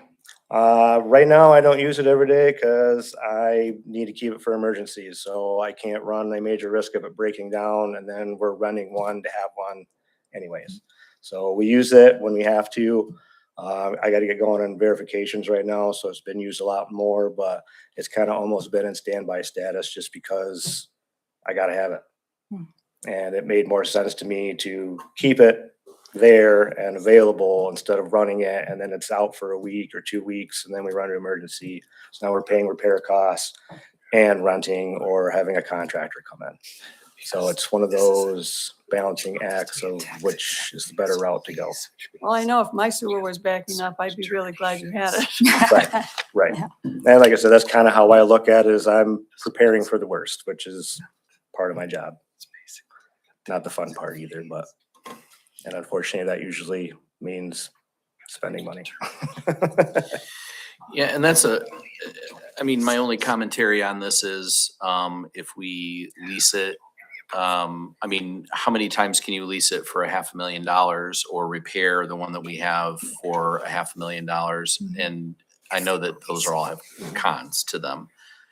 I mean, for 577,000, you could pave a road in Middleville, which our roads are C minus at best. I think we had a whole map that showed a whole bunch of that. Like, I mean, there's a lot of other things that we could be spending capital improvement funds on that benefit and have direct impact. And I understand when someone's sewer is backing up, that's an immediate problem. Right. But I also know that, you know, the longer we wait to pave, for instance, Main Street while the sewer, those manholes are sinking into the ground, it's like driving over a dirt road. We have, you know, I mean, I could go on. There's a list of roads that could be paved for $600,000. And with all the new infrastructure putting in, new water and sewer lines, with this machine, I can maintain those brand new sewer lines and brand new storm lines and storm basins with this machine. So that way you don't have to worry about repairing those sooner than you should because of low maintenance. And we can blend funds too, so we can use sewer funds, and we can use water funds to pay for this also, because it serves all those purposes. Sure. Any other thoughts on the Vector? Does anybody know what we pay for the used one? I think, I'm not sure. I haven't been able to find any records on what we paid for it. I I think have no idea. to look into a used one, just to find out. I mean, don't have to be a 2008. Well, I don't, It's one of those, you could pick a number as to what you're willing to spend and we can see what we can get. But when you buy used equipment like this, you don't know how it was treated. It could be used, abused, it could run great. You get it back and the motor blows, hydraulic lines blow, you get a hole in your tanks. So then Or you it could work replace all that. perfectly fine. Or it could work perfectly fine. I mean, you I mean- got a range. In one of the proposals, they were talking about when you return it, you have to have it in working condition. It's like, do they have some that are for sale from that company? It's possible. I mean, their trade-ins are $250,000. I mean, it seems like that's a good starting point. Yeah. I don't- Yeah, but if they're paying $250,000, they're gonna charge us about 4. Oh, well, it's certainly less expensive than 577. And it's a 3 or 4 or 5-year-old machine that's Yeah. theoretically and I don't know how they certify those things or if they do it all, Yeah. but I don't know. I don't have enough information on that to understand it. I mean, the proposal is, hi, board, let's buy a new Vector for 577,000. I know we've been talking about it, so it's not like it's a shocker. But I also, but it seems like it's been the only option is to buy a new one. Like there's no, and I will be honest, that visit to Sparta really kind of piqued my interest a little bit when they said, yeah, they just bought a used one from Pennsylvania and they spent $250,000 on it. It was, and I don't know, have we looked at that option and how do you feel like about getting something like that without going through the crisis list? Because that's always a possibility. A tree could fall on it or it might blow up in a meteor or something. I mean, there's a lot of speculative things we can go on, but if it worked and it was fairly consistent in its ability to deliver a function, is it so terrible to buy a used one when our peers are doing that? I mean, we certainly use other communities and peers for a lot of other benchmarks that I don't need to go into with this group, but does it make sense? And you're the expert. I mean, it could. I mean, if it was your money and you had to pay, If it was my money and I had to pay, I would not risk, to be quite honest, having to either buy a lemon or dump a bunch of money into something. Because by the end of it, you're put the same amount of money as just buying it, and then you shouldn't have any worries. it's like drilling the well too shallow. Go ahead, Brandon. The DPW director in Lincoln Charter Township in Berrien County, where we also do engineering work, they did look at used versus new. They ended up buying a new one for just over $600,000. So that 577 seems like a good one. So I'm not familiar with every bit of the analysis that they did. And what community was This this? is for Lincoln Charter Township, a township in Berrien County with about 15,000 people, so a little bit larger. But it's, it's a township, a little bit larger geographical area than the village here, but they did evaluate it and the recommendation, and it was accepted, was to buy a new one. Yeah, it's a three times the size of our community. With a lot more money than we do. Bring a little. This is a quarter, by the way, just for perspective, this is nearly 20% of our annual intake of taxes from the taxpayers. If I'm to understand our budget correctly. That does put it into perspective. I mean, this, and regardless of whether we spread it out over. If whatever you're talking strictly general fund, if you're talking all funds, then it's a lot less than that. Yeah, I'm talking about general fund. Right. But Where this would theoretically be coming from. this would come from general fund, sewer, water, major streets, local streets. We can blend all 5 funds to pay for this. But again, that is a pretty sizable amount of money. And I just consider that when we're making the decision. And I'm for it. I love it. I love the idea of you having a multi-purpose vehicle. I hope to see it on the road nearly every day if that's what we pay for it. It would be nice. It will be. So I think that's, but. You're saying some of the options on it would replace another machine that might have cost us about 100,000? Yeah, so we should have a standby pump for our lift station. So Misty Ridge, the transfer switch broke. So it got stuck between utility power and generator power. So it didn't have any power, so it wasn't pumping. Our lift stations are set up to where we can hook a pump to our force main, suck out of the lift station and right of the force main. What we have to do now is pump, fill the debris tank, and then haul it. With this one, seals are going out in the back hatch, so then you worry about it spewing on the road, which is at an SSO, which is reported to Eagle. Do most Vaxes have that capability? All the newer ones are going with that. Yeah, the older ones have an inside pumping system. So if we're looking at a used one, It may not have fair that chance we option. wouldn't have that option. Right. How often has something like that happened in the last year? It happened during the last electrical storm or the last big storm we had. Since it's been here, that's the only issue I have, but our generators are older and aging, and now that I got a maintenance program, hopefully we don't have issues, but you have to be prepared in case it does happen. That's the thing, is I have to prepare for the what ifs. It may never happen and it may happen a lot, but I have to be prepared to be able to do it. Because if a lift station starts filling up, it's not just going to fill up into the sewer line. It's going to get to a certain point and start going into houses. And once you start going into houses and it's our fault, now you're looking at repair costs. And we don't have the equipment right now to prevent that. We do not. A few years ago on Russell Street, John and I dodged a bullet because there was a sewer backup. It did go into other houses. Mhm. Why it didn't go into mine, I have no idea because all the other houses around me did. But I can tell you what a frickin' mess that is. Right, And it cost each homeowner tons of money. right. Because the maximum your house insurance will do on a sewer backup is about $5,000. Right. And it costs easily 4 or 5 times more than that. Mhm. So if I was the homeowner and I'm paying you to have my sewer working and it comes into the basement, I'm not gonna be in a good mood. Right. So at that point, used versus new is kind of out the window at that. Yeah. The Remember ones that? that, I'm sorry, the ones that you rent for 6,300 a week, do those have that capability or are those? You could style? probably get them. It depends. A lot of times they don't run out brand spanking new machines. Usually get Mhm. older ones that they have in their fleet. You could probably request one if you wanted to, just to make sure you had it.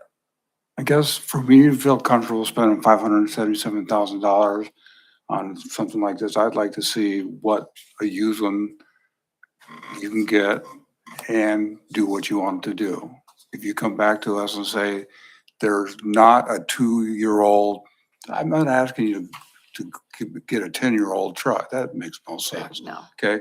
2-3-year-old truck that somebody traded, like you were talking about doing with, For if 3 you to lease 5. this one, you were just talking about keeping it and Yeah. we can't be the only village. I'm gonna guess goes if you were through that looking at process something and- that was about 2 to 3 years old, you're still gonna be spending $300,000 to $400,000.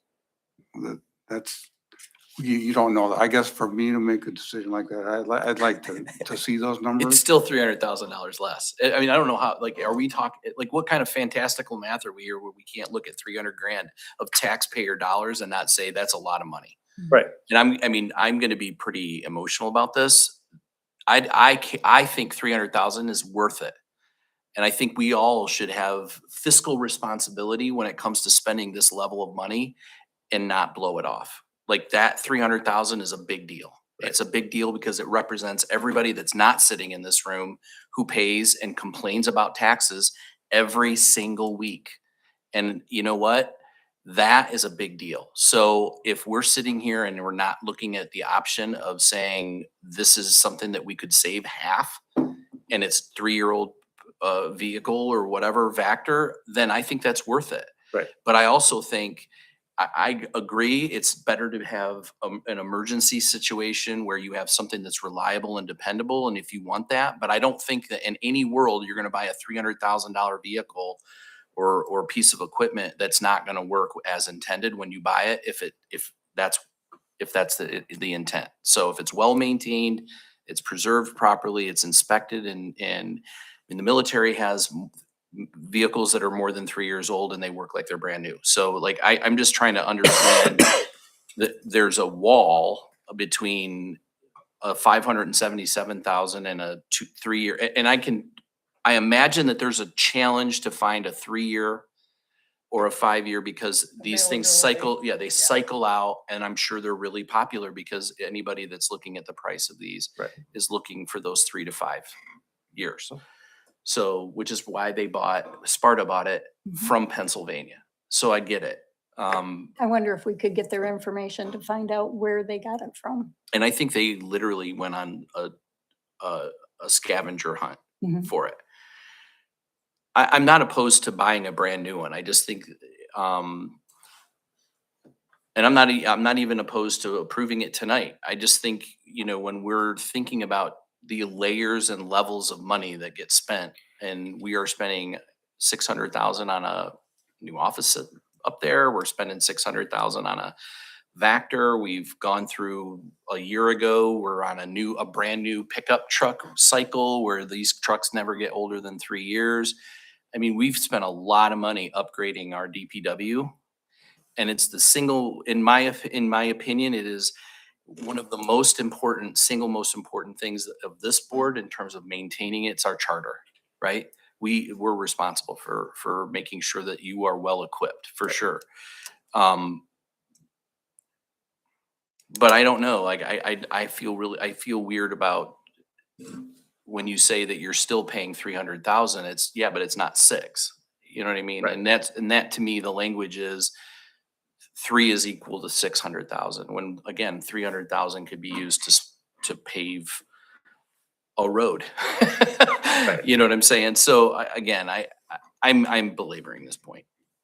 I guess at this stage, I think the first consensus is we either, Price out a couple of used ones. do you want to, is the consensus that we price out used ones first and then proceed with it? All right.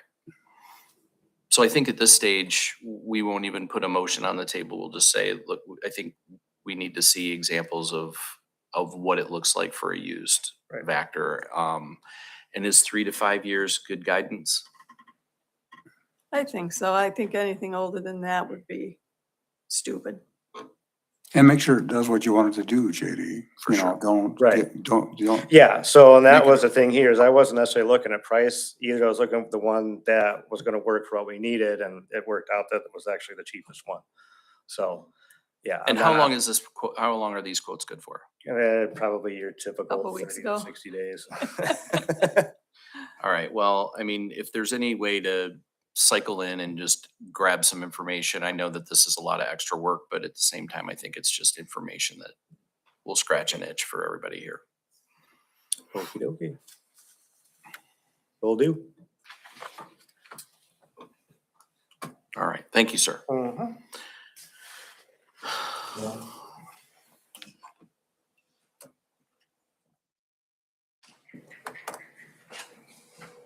Mr. Stolzenberg. Yes. So as you are aware, well, before I get to that, I forgot to mention, we still have a freezer full of popsicles available. Which we bought for Heritage Days for council members to hand out, and I handed out a lot of them, but not enough to make a dent in the freezer full that's in there right now. So there's an opportunity Thursday night, if anybody would be interested in handing those out to kids during either the music or the farmer's market, to hand those out. So Nice. let us know. We'll get them out to you and make it happen. All right. Mr. Baldry unfortunately tendered his resignation and need to accept that. Along with that,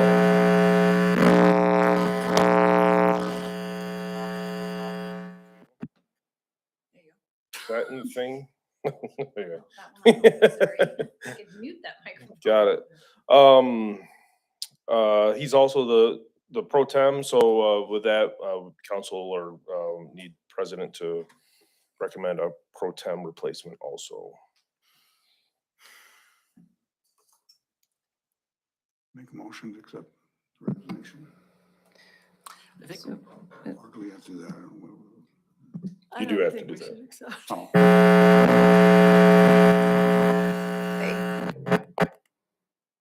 It's that cord. Seems- It's that cord. Oh, got it. seems so new and Yeah. yet broken. No, they didn't replace that. They used everything of ours that they could. That's not I replaced. got you. No.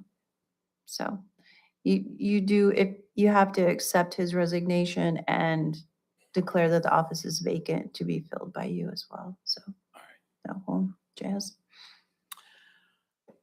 So we have a motion to accept Mr. Baldry's resignation. Support. I reluctantly move that we accept this. No, we already have a You motion. got it. You got it. We have a motion. Any discussion? All right. Hearing none. All those in favor? Aye. All those opposed? Motion carries. And then we can reach out to some of the folks that interviewed last time. If you want me to do that, we can put an ad out there, ask for applications, however you want to do it. Unfortunately, it'll only be good till December 1st, and then that person would have to run in a write-in campaign, or somebody else would have to run in a write-in campaign in order to fill that next term. So, Or leave it open, you said as well, right? well, I don't think you can. We don't have, it's gotta be 45 days, right?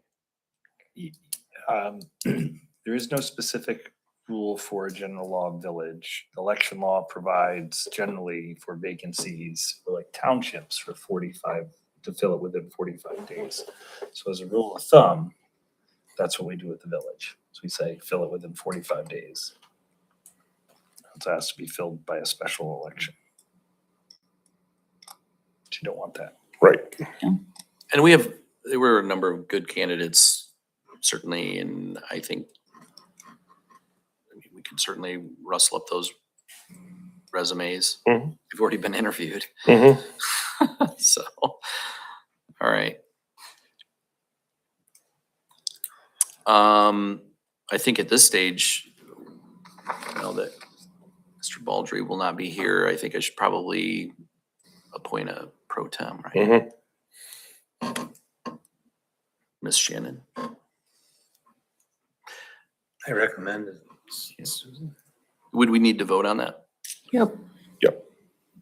So then I nominate Ms. And Shannon. for- that also goes through December 1st. The new law says you have to appoint a new one as close to December 1st as, Okay. So who made a motion? Did you make a motion? You Kevin made it. Kevin made it? And you Support. supported, right? All right. Any discussion? Okay, roll call. Sorry. Robert Bishop, Aye. Sandra Wake, Aye. John Osterban, Aye. Stephen Baldry, Aye. Patrick Hilton, Susan Shannon, Aye. Kevin Smith. Aye. Motion carries. Okay. Thank you. And then next, is establishing a capital improvement fund, within the general fund. So it's been recommended by auditors and also best practice in, a lot of the classes that Glormar and I are, taking, municipal finance, to establish a specific capital improvement fund within the general fund. Obviously, recommendation from the auditors are to have at least 40% fund balance. So we're recommending anything above that 40% threshold to be moved into the capital improvement fund for specific capital improvement projects, one-time capital, capital projects and things like that is what we would recommend. And obviously, everything that would come out of that would be recommended and have to be approved by council at that time. The 40 is the minimum, right? Minimum in Where the people- general fund. Yeah, when yes. we have a auditor come here and say that we're fiscally responsible and That's the, general, recommended amount, yes, from our auditors over the years, yes. Obviously, depending on how much, what we have for projects coming up and how much we earn in, tax revenue and things like that, all those things factor into that, so. But we're in obviously very good financial shape as, what the auditors came back with and what our MERS actuarial came back at. We're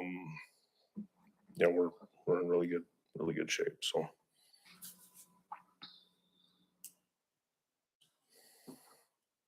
I know we're rounding third right now, ladies and gentlemen.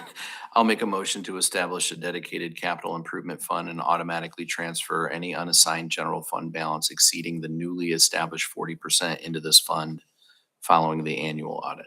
Support. Any discussion? Questions? All right, roll call, please. John Osterban, Aye. Stephen Baldry, Aye. Robert Bishop, Aye. Sandra Wake, Aye. Susan Shannon, Aye. Patrick Hilton, Kevin Smith. Aye. Motion carries. All right, thank you. Thank you.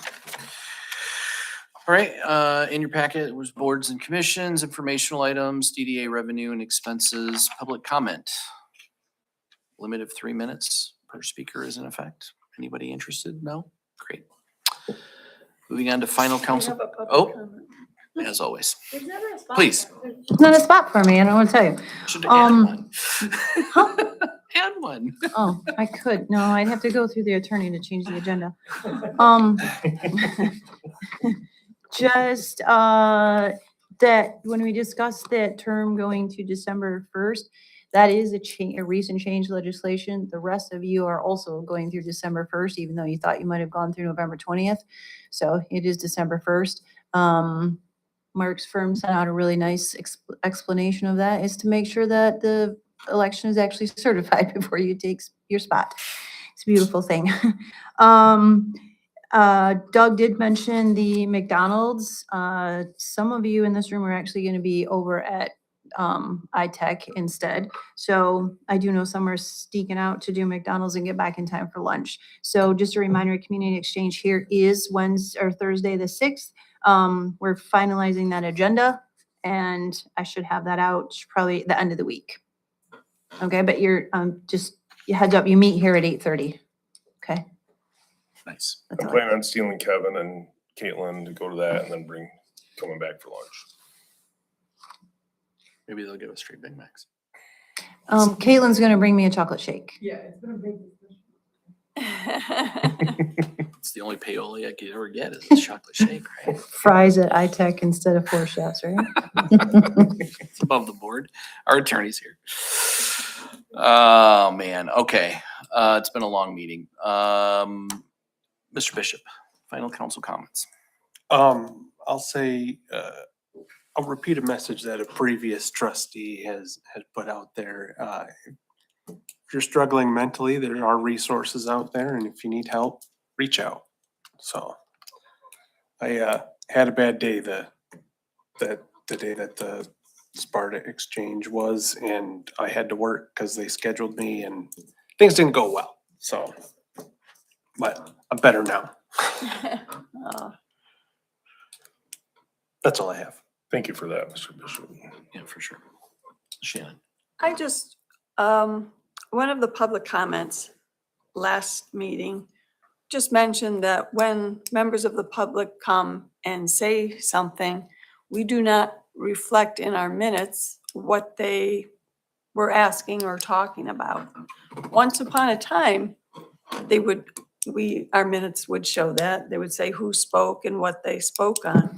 But we don't do that anymore. I'm just wondering why. Actually, through different trainings that we've been to, we've been advised not to do that anymore, because someone could say, oh, you didn't say what I said right, and then we have to change our minutes. If you'll notice, your comments are not in the minutes anymore either. We stopped all of that, I believe, the beginning of 2025. Minutes actually only have to be a record of your actions taken. So a lot of your discussion, if you don't do any action, is also not included in there.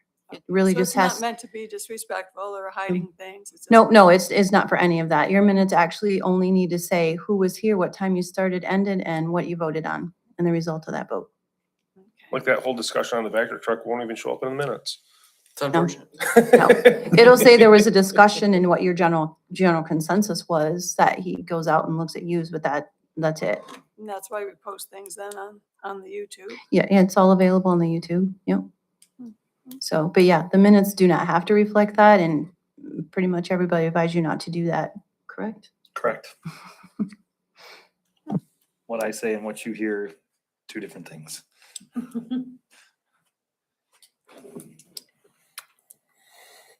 Nothing from me. That one middle was great. My only comment is a couple times was talked with some people like, I thought there was goals. They'd like to have seen specific goals. So I don't think he really covered that completely. But my biggest concern is it doesn't go anywhere. I mean, I know that wasn't, you talked about follow through. If we don't do anything with it, then the other people involved are not gonna want to be involved. If it's, you know, it did seem one-sided. It did seem like the village, us as a village said a lot more than the township. You know, the school said a lot, you know, but I just hope it doesn't go, just stop dead in the tracks, doesn't go anywhere. So a lot of good ideas came there, but Yeah, some Yeah. concrete ideas would be nice. if they don't go nowhere, then it, Yeah, we've got some ideas coming down the pipe, so look for that soon.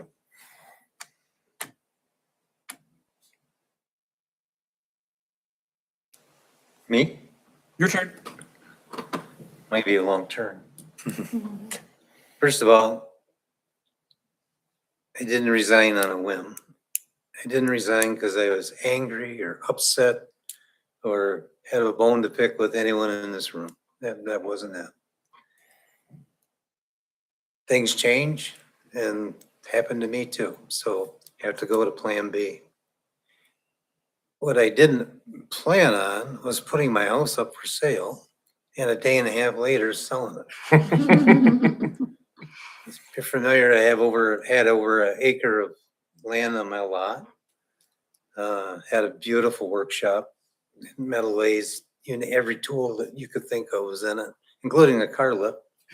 And I thought, that'll take a little while to sell this stuff. No, a day and a half, it was gone.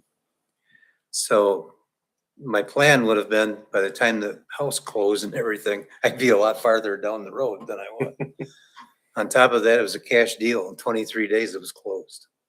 So, but again, I don't have a bone to pick with anyone. That's not why I resigned. I graduated here in 1972, first class out of the so-called new high school at the time. Most of my life, I've either been in Thornapple Township or a village in Millville.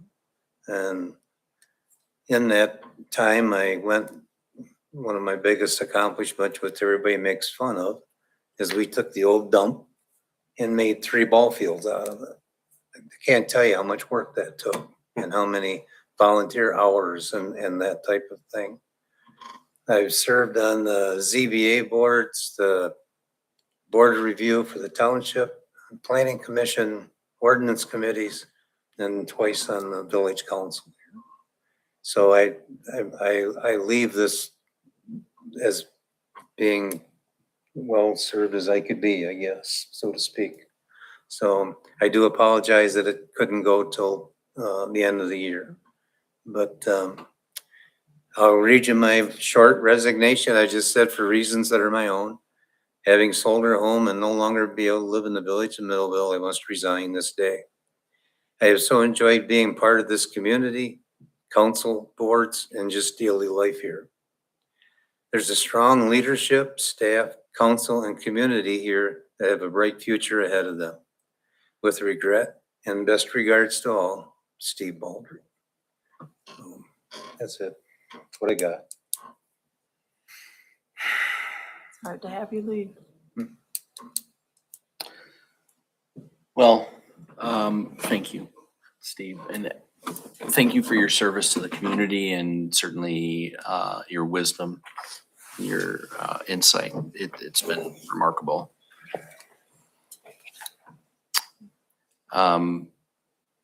So thank you, and I think we're all sorry to see you go, and certainly glad that you were able to just take another swing at village council for the second time. We definitely need it. I'd also like to point out that Steve was also my Little League coach. Couple hundred years ago, yeah.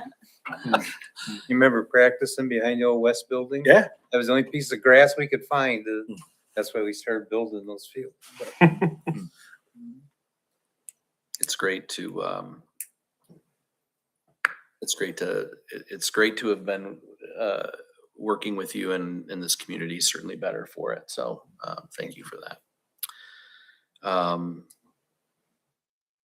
Yeah, I think I'm just gonna let Steve have the last word. So, we're good. And with that, Make a motion to adjourn. Support. we have motion with support. All those in favor? Aye. All those opposed? Motion carries. Susan, this is what you're gonna get Full from meeting. Walmart probably Yeah. next week. Good discussion.